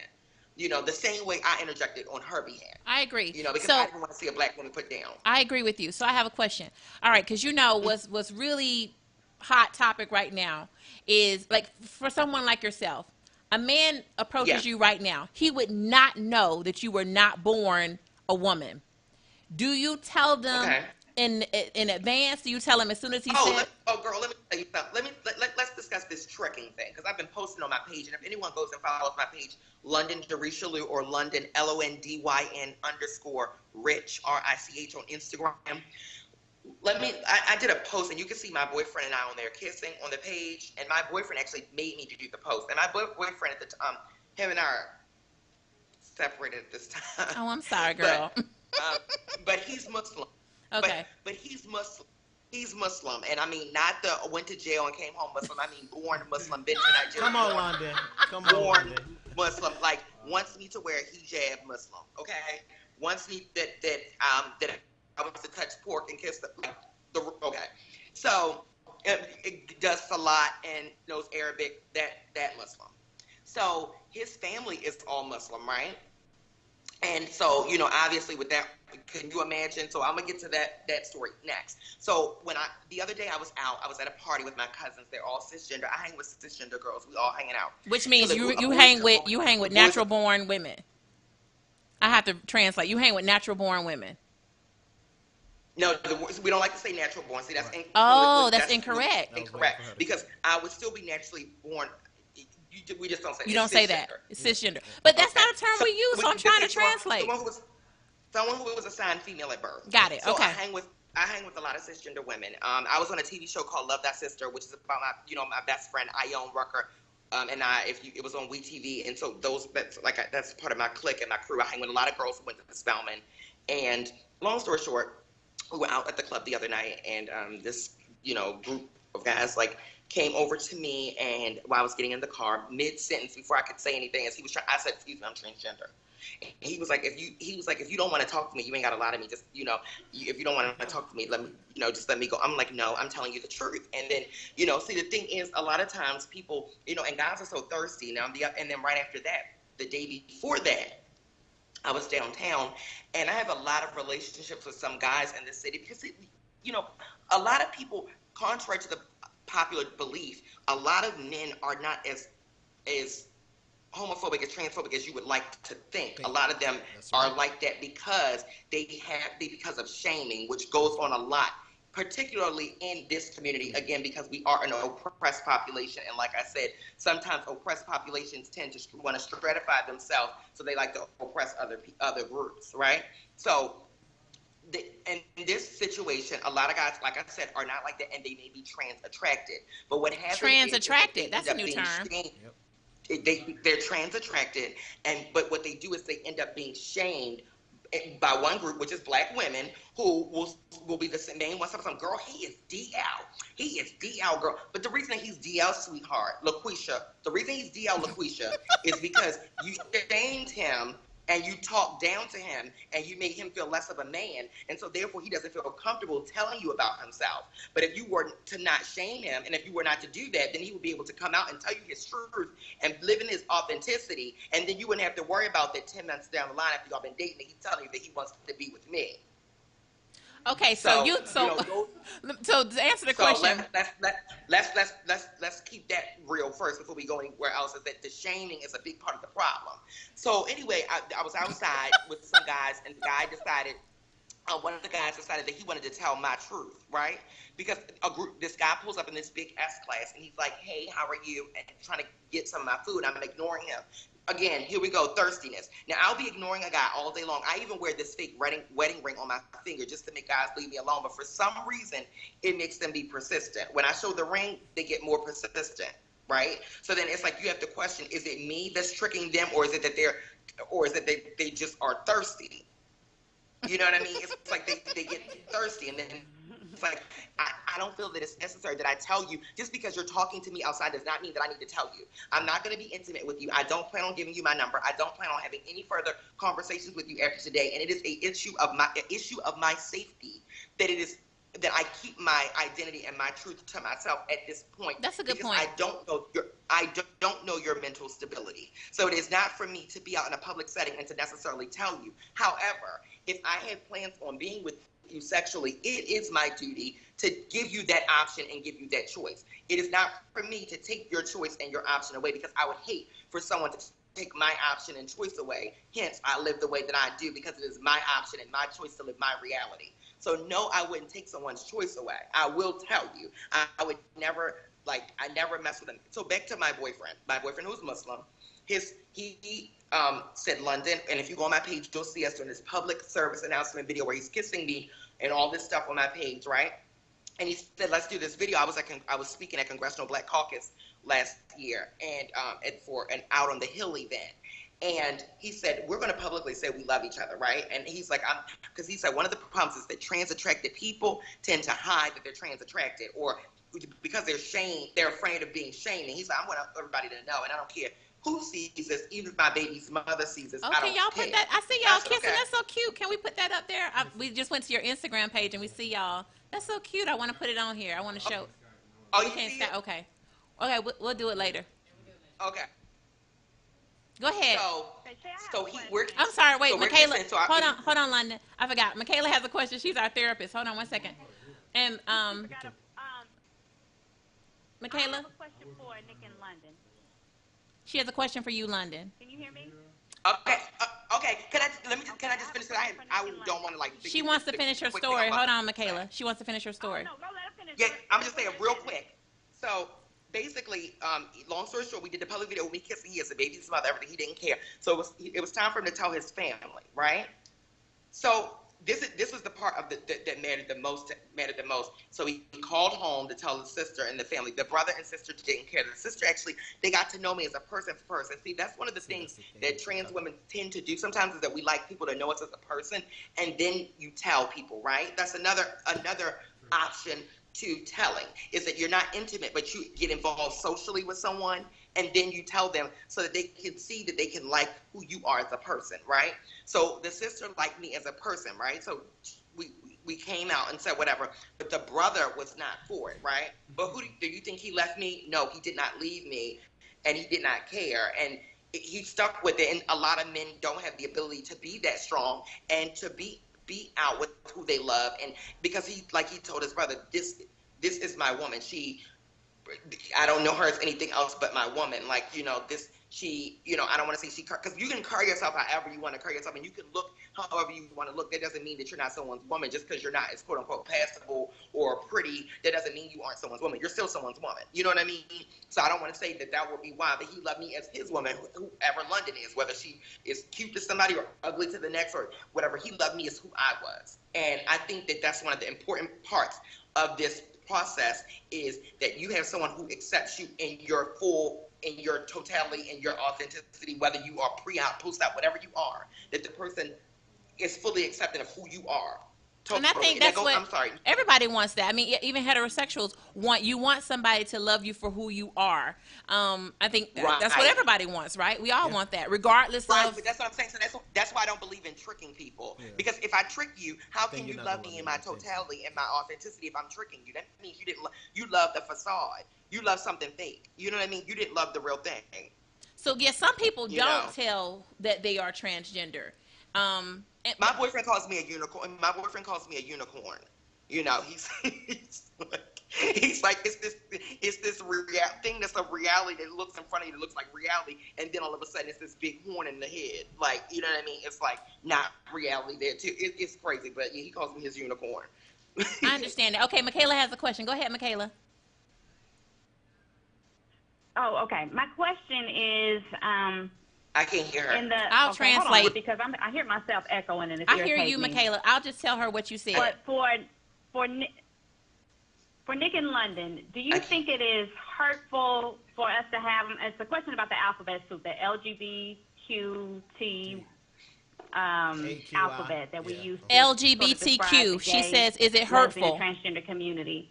Do you think it is hurtful for people who are emerging in their understanding, and for people who want to be allies, to group all of those alphabet letters into one thing and sort of make it one unified community? Because I sort of feel like we should have some terms that describe sexual orientation, and then some terms that are separate that describe gender identity, because those two things are not synonymous, and I think it's confusing for people who are still trying to understand. All right, but I wanted to hear from London and Nick. From Let me repeat. Transgender people to see what they think. I'm going to repeat your question, Michaela, because London can't understand. So her question. Okay, can you hear? I can't hear nothing. Can you hear me? I can hear you now. All right. So Michaela asked the question. She said, given that sexual orientation and sexual identity are two different things, when we say LGBTQ, that lumps y'all all together, but you're two different things. I love Michaela. Tell Michaela I love. She said she loved you, Michaela. I love her for asking this. So is it hurtful? So her question is it hurtful that we lump all of y'all together when it sounds like you're two different things? Yes. In my opinion, Shay, thank you, Shay. These are the kind of questions I love when someone asks instead of the same old thing. Yes, to me, the reason that it is that way though, I understand why it is that way, but it definitely is a problem because even within the LGBT, the L, the L and the G and the B, sometimes don't like the T, right? They don't like the T, and T?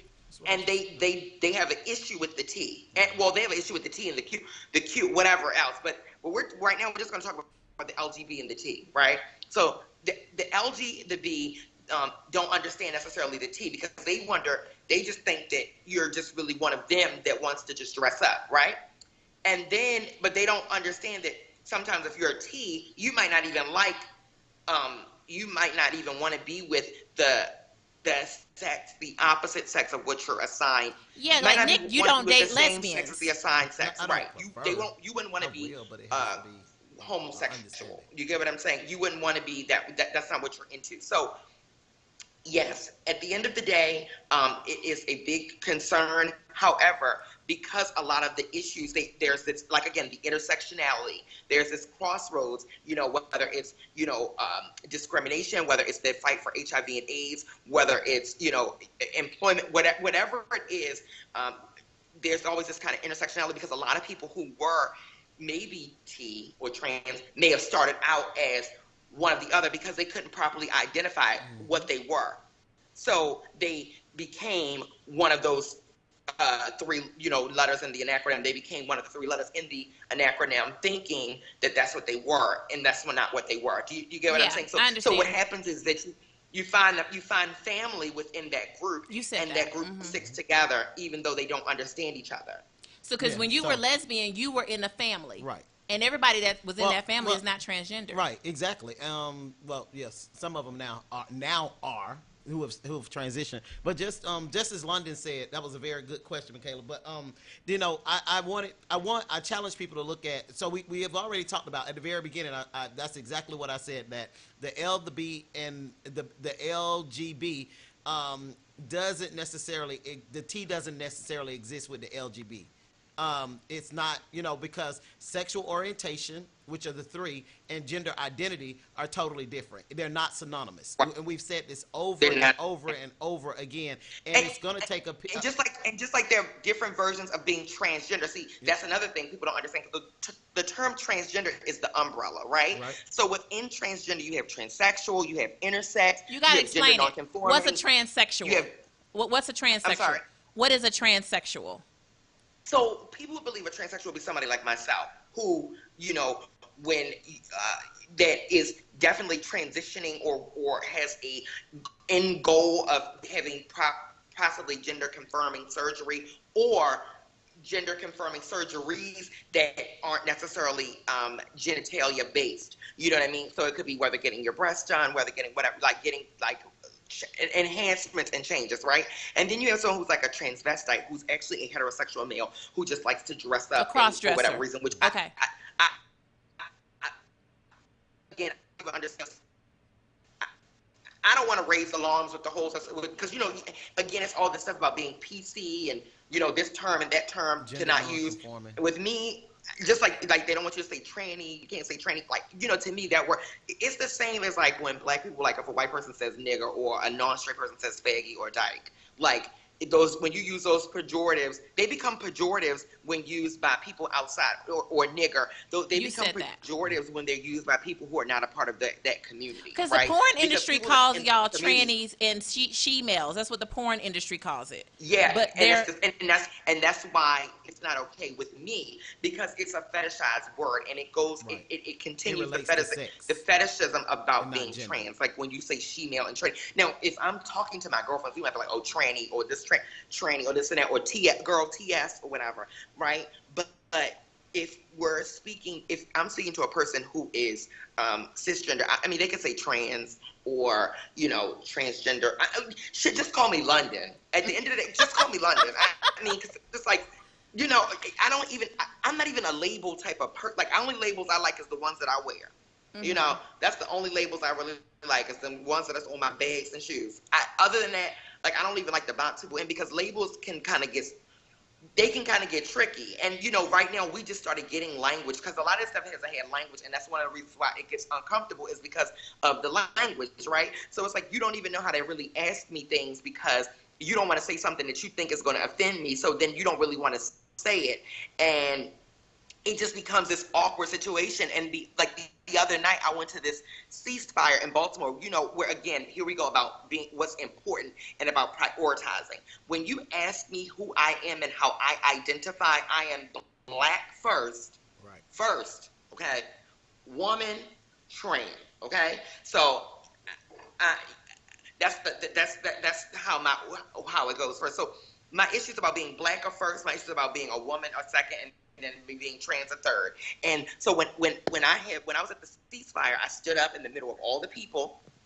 They didn't know I was trans, right? Because I'd been there with them. But I stood up and said, listen, I said, I have a question. I said, when you talk about, y'all in here discussing Black Lives Matter, and y'all saying that all Black Lives Matter, I wanted to make sure that this type of Black Lives Matter, and me as a trans woman of color, and then it became silent, and then they were just like looking all crazy, but not looking crazy in a bad way, but in a good way, because they all were like, good, yes, of course they were like, yeah, you're included, and then we went on to have a discussion and a conversation, right, and we started to talk about, about that intersection, about, the fact that trans women of color have been being killed at, epidemic proportions. Because when you think about when you think about we're already a minority within a minority within a minority, and then you having that minority being killed at such high numbers, that's an epidemic, right? And it's scary, I think that's scary. Y'all don't have the same issue as a trans man. Well, it's under the radar right now, so I can't say that we don't. We have several cases. We have Kai Peterson right now, who is a trans male who was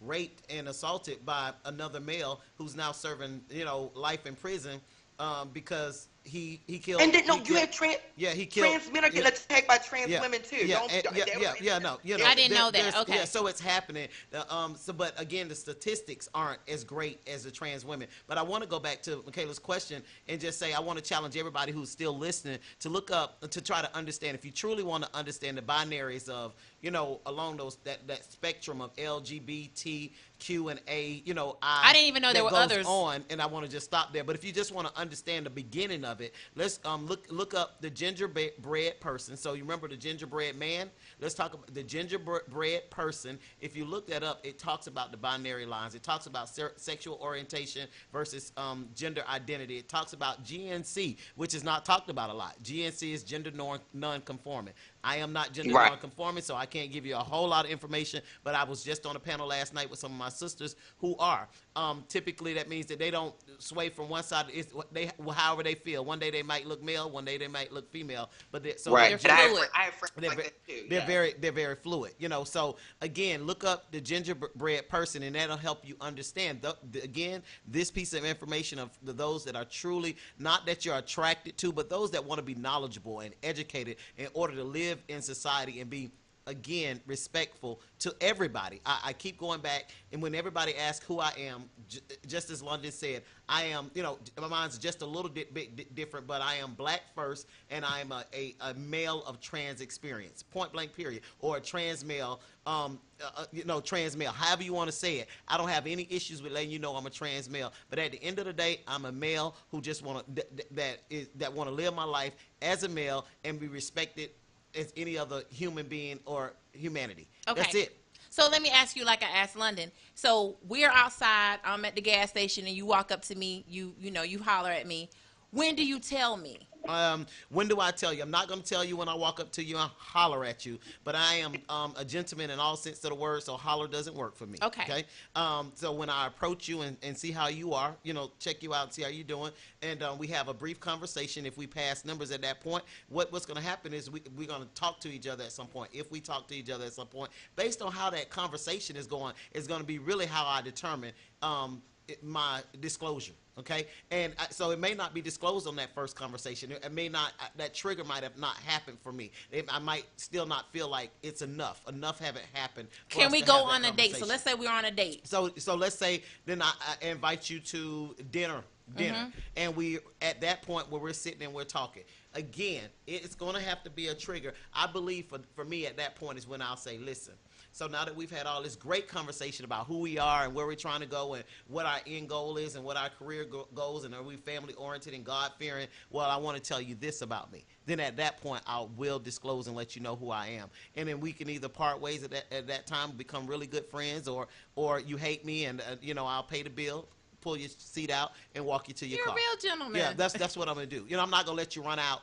Unless you just take off like a track star. Then at the end of the day, it's not anything I can do. But I'm gonna treat you. But I can almost guarantee you, with you being heterosexual, no matter what, I am so much of a gentleman, and I'm the consummate gentleman that you. After I disclose that information, you might be disappointed, but you'll never walk out. You'll never run out the door. You may not call me again, and that's okay. I guarantee you'll think about me again. Oh, I love that. Give me five. No, I love guarantee it. you. But can I piggyback off of that, because can you hear me? Yes, Yeah. go ahead. Oh, okay. See, and again, that goes to show male privilege, right? Male privilege. Male differences about male privilege and male experience. And London's right. Because as a woman, the type of woman that I am, I don't holler at men, right? So somebody's talking to me, they're gonna be the person to initiate it. Like, I never am the type of girl.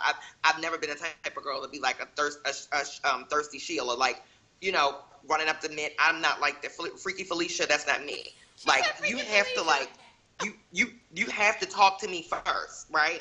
And that also is one of the eases of me being able to tell you, because you had to have approached me and been attracted to me initially, which meant that I didn't push myself on you to make you look at me. You know what I mean? That's one of the things that makes it easier, right? When I tell guys, because if they talk to me first, typically that meant they were already attracted to me. And more than let me keep it real with you, Shay. I'm gonna keep it all the way Keep it real. gully. Yes, okay? Go for it. When men talk to me, I can count on my hands.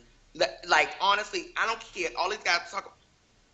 Listen, like they talk about men. It's not that trans women are tricking anybody. It's that men can't share with you who they're attracted to, right?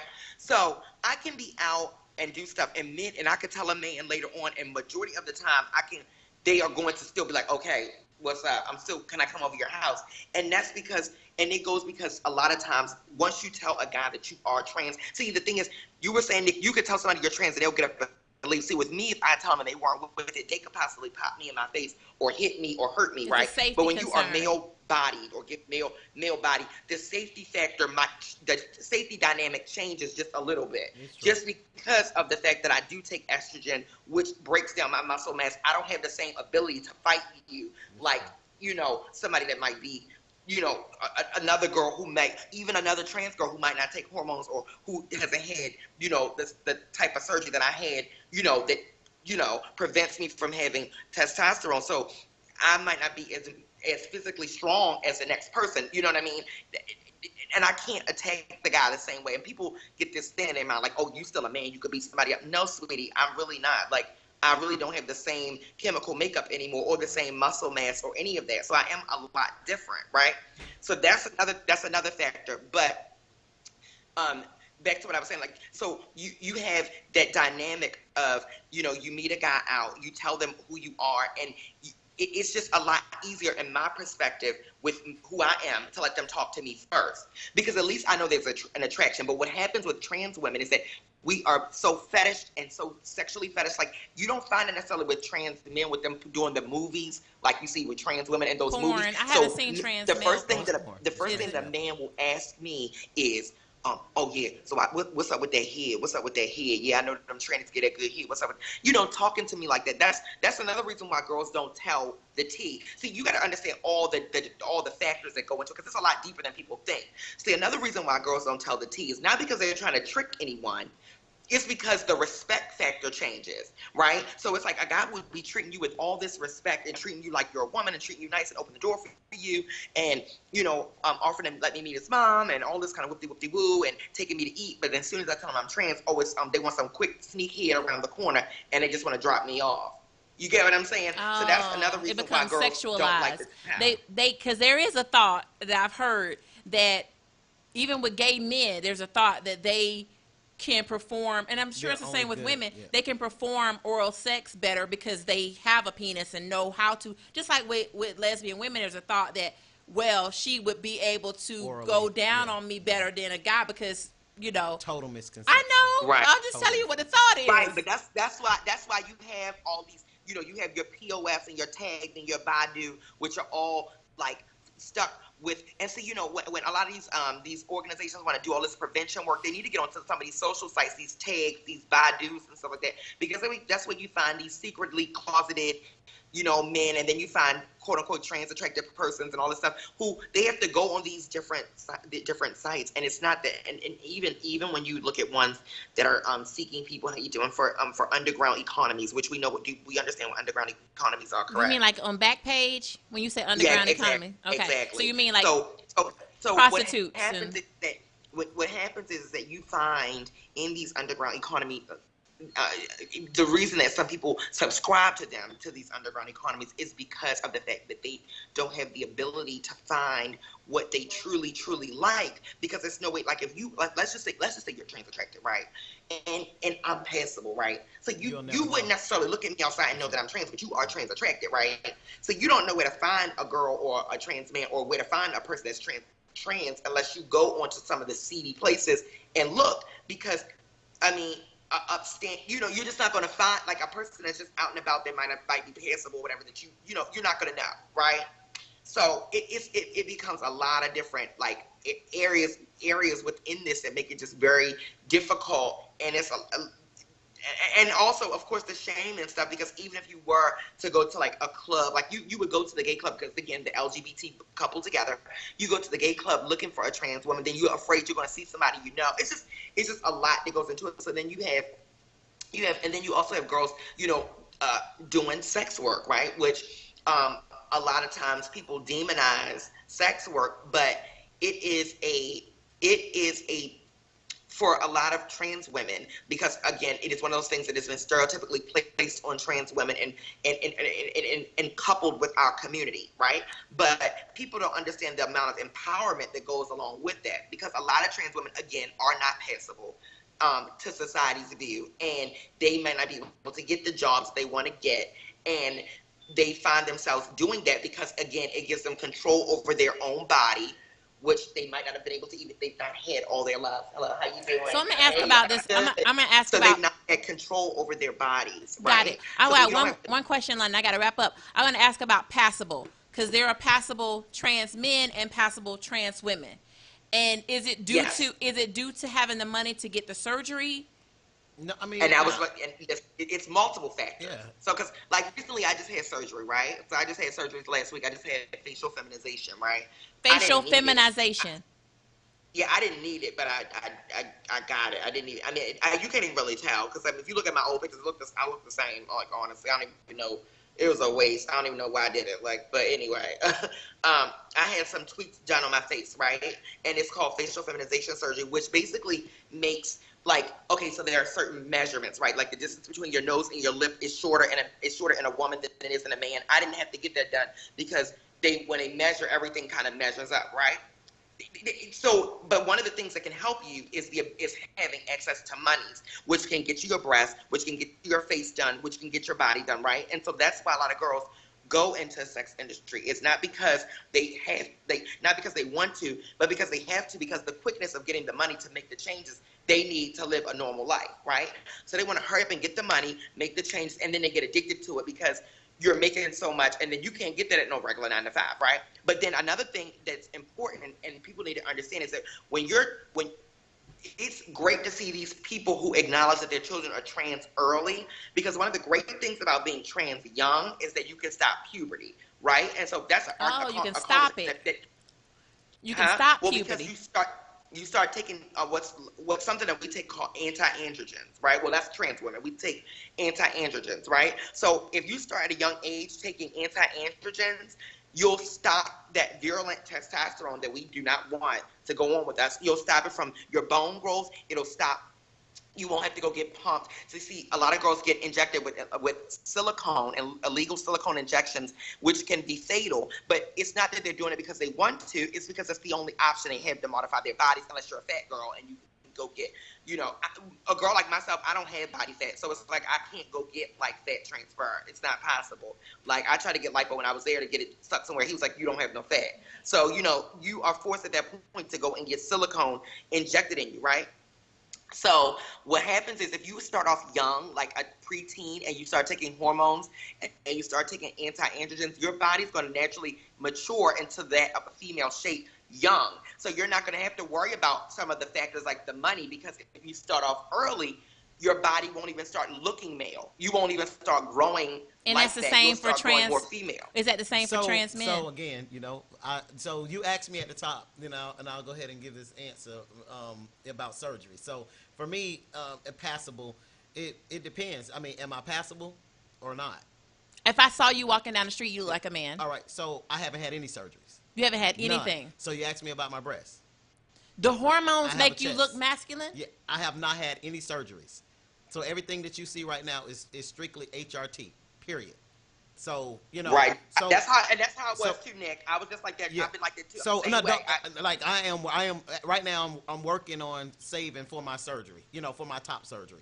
But right now I have not had any surgery, so I would be called post-op. But most people would think that I'm passable. Now, of course, you're gonna have some people that say, "Oh, he's not passable. I still see the girl in him." Whatever. I'm passable when I look in the mirror. I'm passable. You're passable so to me. I'm fine with myself. And your voice is deeper. Right. But what does that? The hormones do that? Well, the hormones, sometimes does it. But I've always had a deep voice. If you had a deep voice as a girl. I've always had a deep. Of course, it's changed. It's octane. As I've grown into this transition, but my voice has always been deep. And did the hormones change your voice, London? The estrogen? No, listen, it doesn't do that for us. It doesn't do that at all. It does not change the bones, and it does not change the voice. Those things do not change. Yeah. So it's a lot. So again, that testosterone, it does a lot more for a trans man. Like it does. That testosterone really makes a big difference for them. I mean, a huge difference. Our estrogen does it definitely manscapes. It definitely, testosterone definitely manscapes, but not the end result for everybody. A different process is like, several trans guys always hit me up and say, how long did it take you to grow a beard? Well, I don't know, because, I'm 4 years into my transition, and I'm still considered post-op, again, because I haven't had any surgery. I haven't had any masculine manscaping to my body. I haven't had any lipo. I haven't had any of those things. I am strictly on testosterone. That's it. HRT. That's all I do.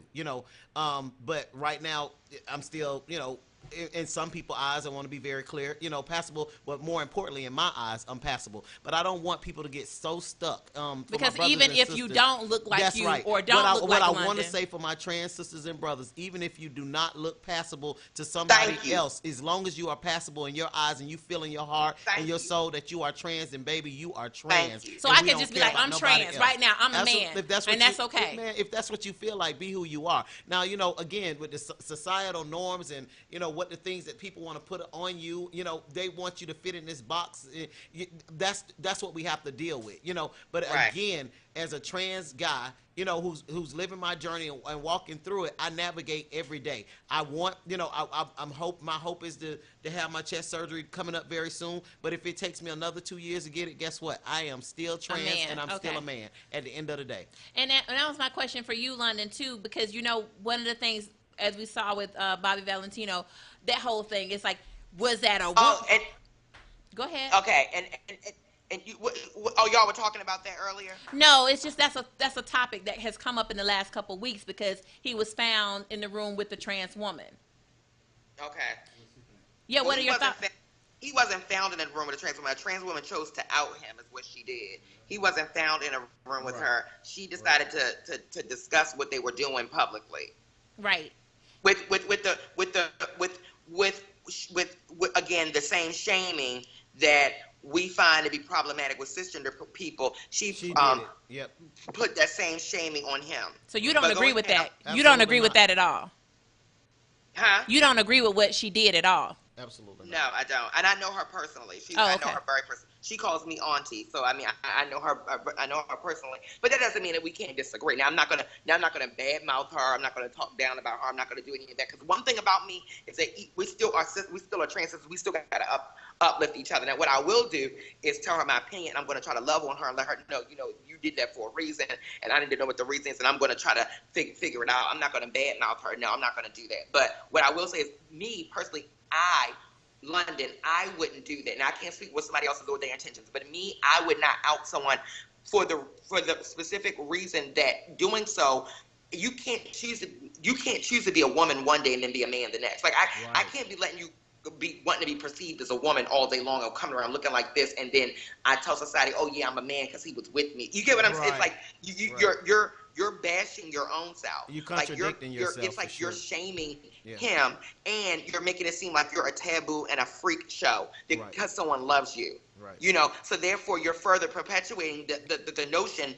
that being trans attractive makes someone a freak show. So no, I would never out somebody. But no, you were asking me something else. You started talking about the Bobby Valentino, and I'm sorry because that's kind of something I'm also upset at media outlets like BET, Black Entertainment Television, for they need to reclaim that time, to take that time, and we have such issues as health disparities. You have Trump's administration for number 45. You have him trying to take trans people out of the military and all these other topics that if they thought that they were trying to help the community, they could have addressed. Like yourself, Shay, who's having a productive conversation, a real topic, on real topics and real issues that affect our lives daily. This is the way that they should have done it. Have a real forum, a town hall about the issues, not put scandal and perpetuate those same things. You see, our society likes to reward bad behavior. Right. You know, we reward bad behavior for, with these Instagram celebrities and all these different people that do things that are quote unquote bad, with these press releases and all these different things where they're scandalizing all this scandal, these herpes things with Usher and all that crazy shit. People, we reward that kind of behavior. We're supposed to turn, and that's why I didn't want to speak the person's name that was on that show, or speak that person's name that was in the thing, because I refuse to continue to even perpetuate these people's names and say it and reward their bad behavior. No, I understand. So we have to wrap up because I'm now over time, but I really, really thoroughly enjoyed having both of you. And Michaela, I'm sorry, did you have anything else to add? Because we need to wrap up. So final thoughts for everybody. Thank you so much for being open, honest, and transparent, sharing your story. Maybe we need to do a part 2 because, ladies first. All right. So Michaela, are you still there? Michaela, are you still there? No, if you're gonna have a part 2, I would love to be a part of the part 2, but I don't have anything. All right, thanks, Michaela. We appreciate you. Yes, and we definitely want to get you in Thank the you, studio. Michaela. She can't hear me, but thank you, Michaela. She can hear you. All right, London, what were your final thoughts? Thank you. But Shay, is it possible you can tag me on this, because sort of on my page, because it's in your inbox. We're gonna tag you, but friend me, London. Friend me on Facebook, and I'll tag you. Go ahead and share your. So you want me to give a final thought? Yes. Okay, so my final thought is gender is what's between your ears and your chest and your heart, not what's between your legs. That we don't need to get so caught up into thinking that gender is always what's between your legs, because we meet people outside and you don't know what they are wearing, what they have in their pants, and you don't know what's going on down there. What you see first is what you look at their eyes and you hear what's coming out their mouth and you see their thoughts and you're compassionate to who they are as a person. We need to stop getting so hung up in that. We also need to learn that, how hard is it to correct yourself and change one letter in a pronoun and say he or she? Why is it that we must misgender people and make people feel little and belittled? And would you want to make you feel belittled? Especially to my Black community, would you want someone to call you boy and girl? Would you want somebody to talk to you like that? No, you wouldn't. So treat people the way that you want to be treated, and expect that the same will come back to you, that people will do unto you the same way. You know what? I totally respect that. And as an ally, I appreciate you for coming and sharing your story. Beautiful young lady, powerful, and you're bold and courageous. And so I definitely appreciate you. All right, Nick. Your final thoughts. Yeah, so my final thoughts is, treat people the way you want to be treated, respect people, and, respect overall humanity. Just as London said, love people for who they are, love people where they are.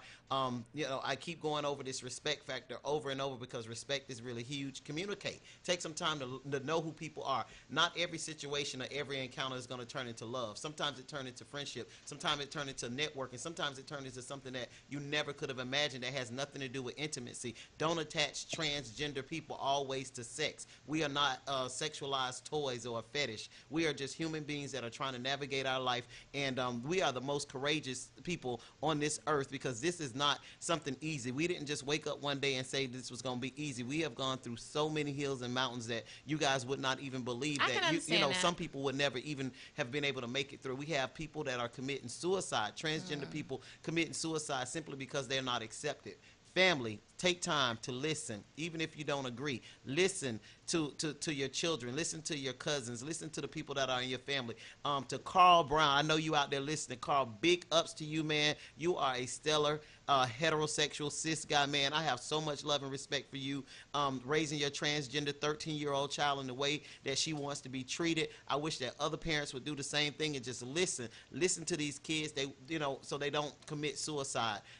So again, if I leave you with listening, communicate and respect, and do not attach transgender people to sexual fetishes and or the trick mechanism that everybody wants to trick you. We're gonna wrap up, but you said don't attach them to sexual fetishes, but they're participating in the sexual fetishes with doing porn. But when you say that we have heterosexual porn. You want me to pull up Pornhub for you? I know we have, so I can't. That's why I can't say don't attach us to sex because we are part of the sex. Well, what I'm saying is, but automatically when you see when you meet a heterosexual person, it's not always it's not always about sex. It could be, hey, I want to network with them. Hey, they have an idea. What I'm saying is not automatically. When I started my dissertation, I said that don't sit around the misconception that every trans person that you meet want to jump in bed with you.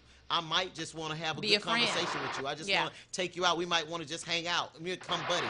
It's not always about sex is what I'm saying. I understand. It's not always about sex. And at the end of the day, treat me with the same respect that you would want me to treat you. And if I tell you my pronoun is he, don't call me she. Like, going down the comments, people are like, well, it was a... I told you not to read the comments. No, but I got to say it. What is it? Do you want me to call you it? How would you feel like to London's point, if I called you boy, if the white man called you boy, how would you feel? Well, that's the same way I feel when you call me she. I'm not a she. I told you that I'm male. Legally, in all my documents I can show you, it says male. So I'm gonna call you he, and I appreciate you for coming on and sharing your story. Now, I appreciate again. It's huge for you guys giving us this platform. We appreciate it.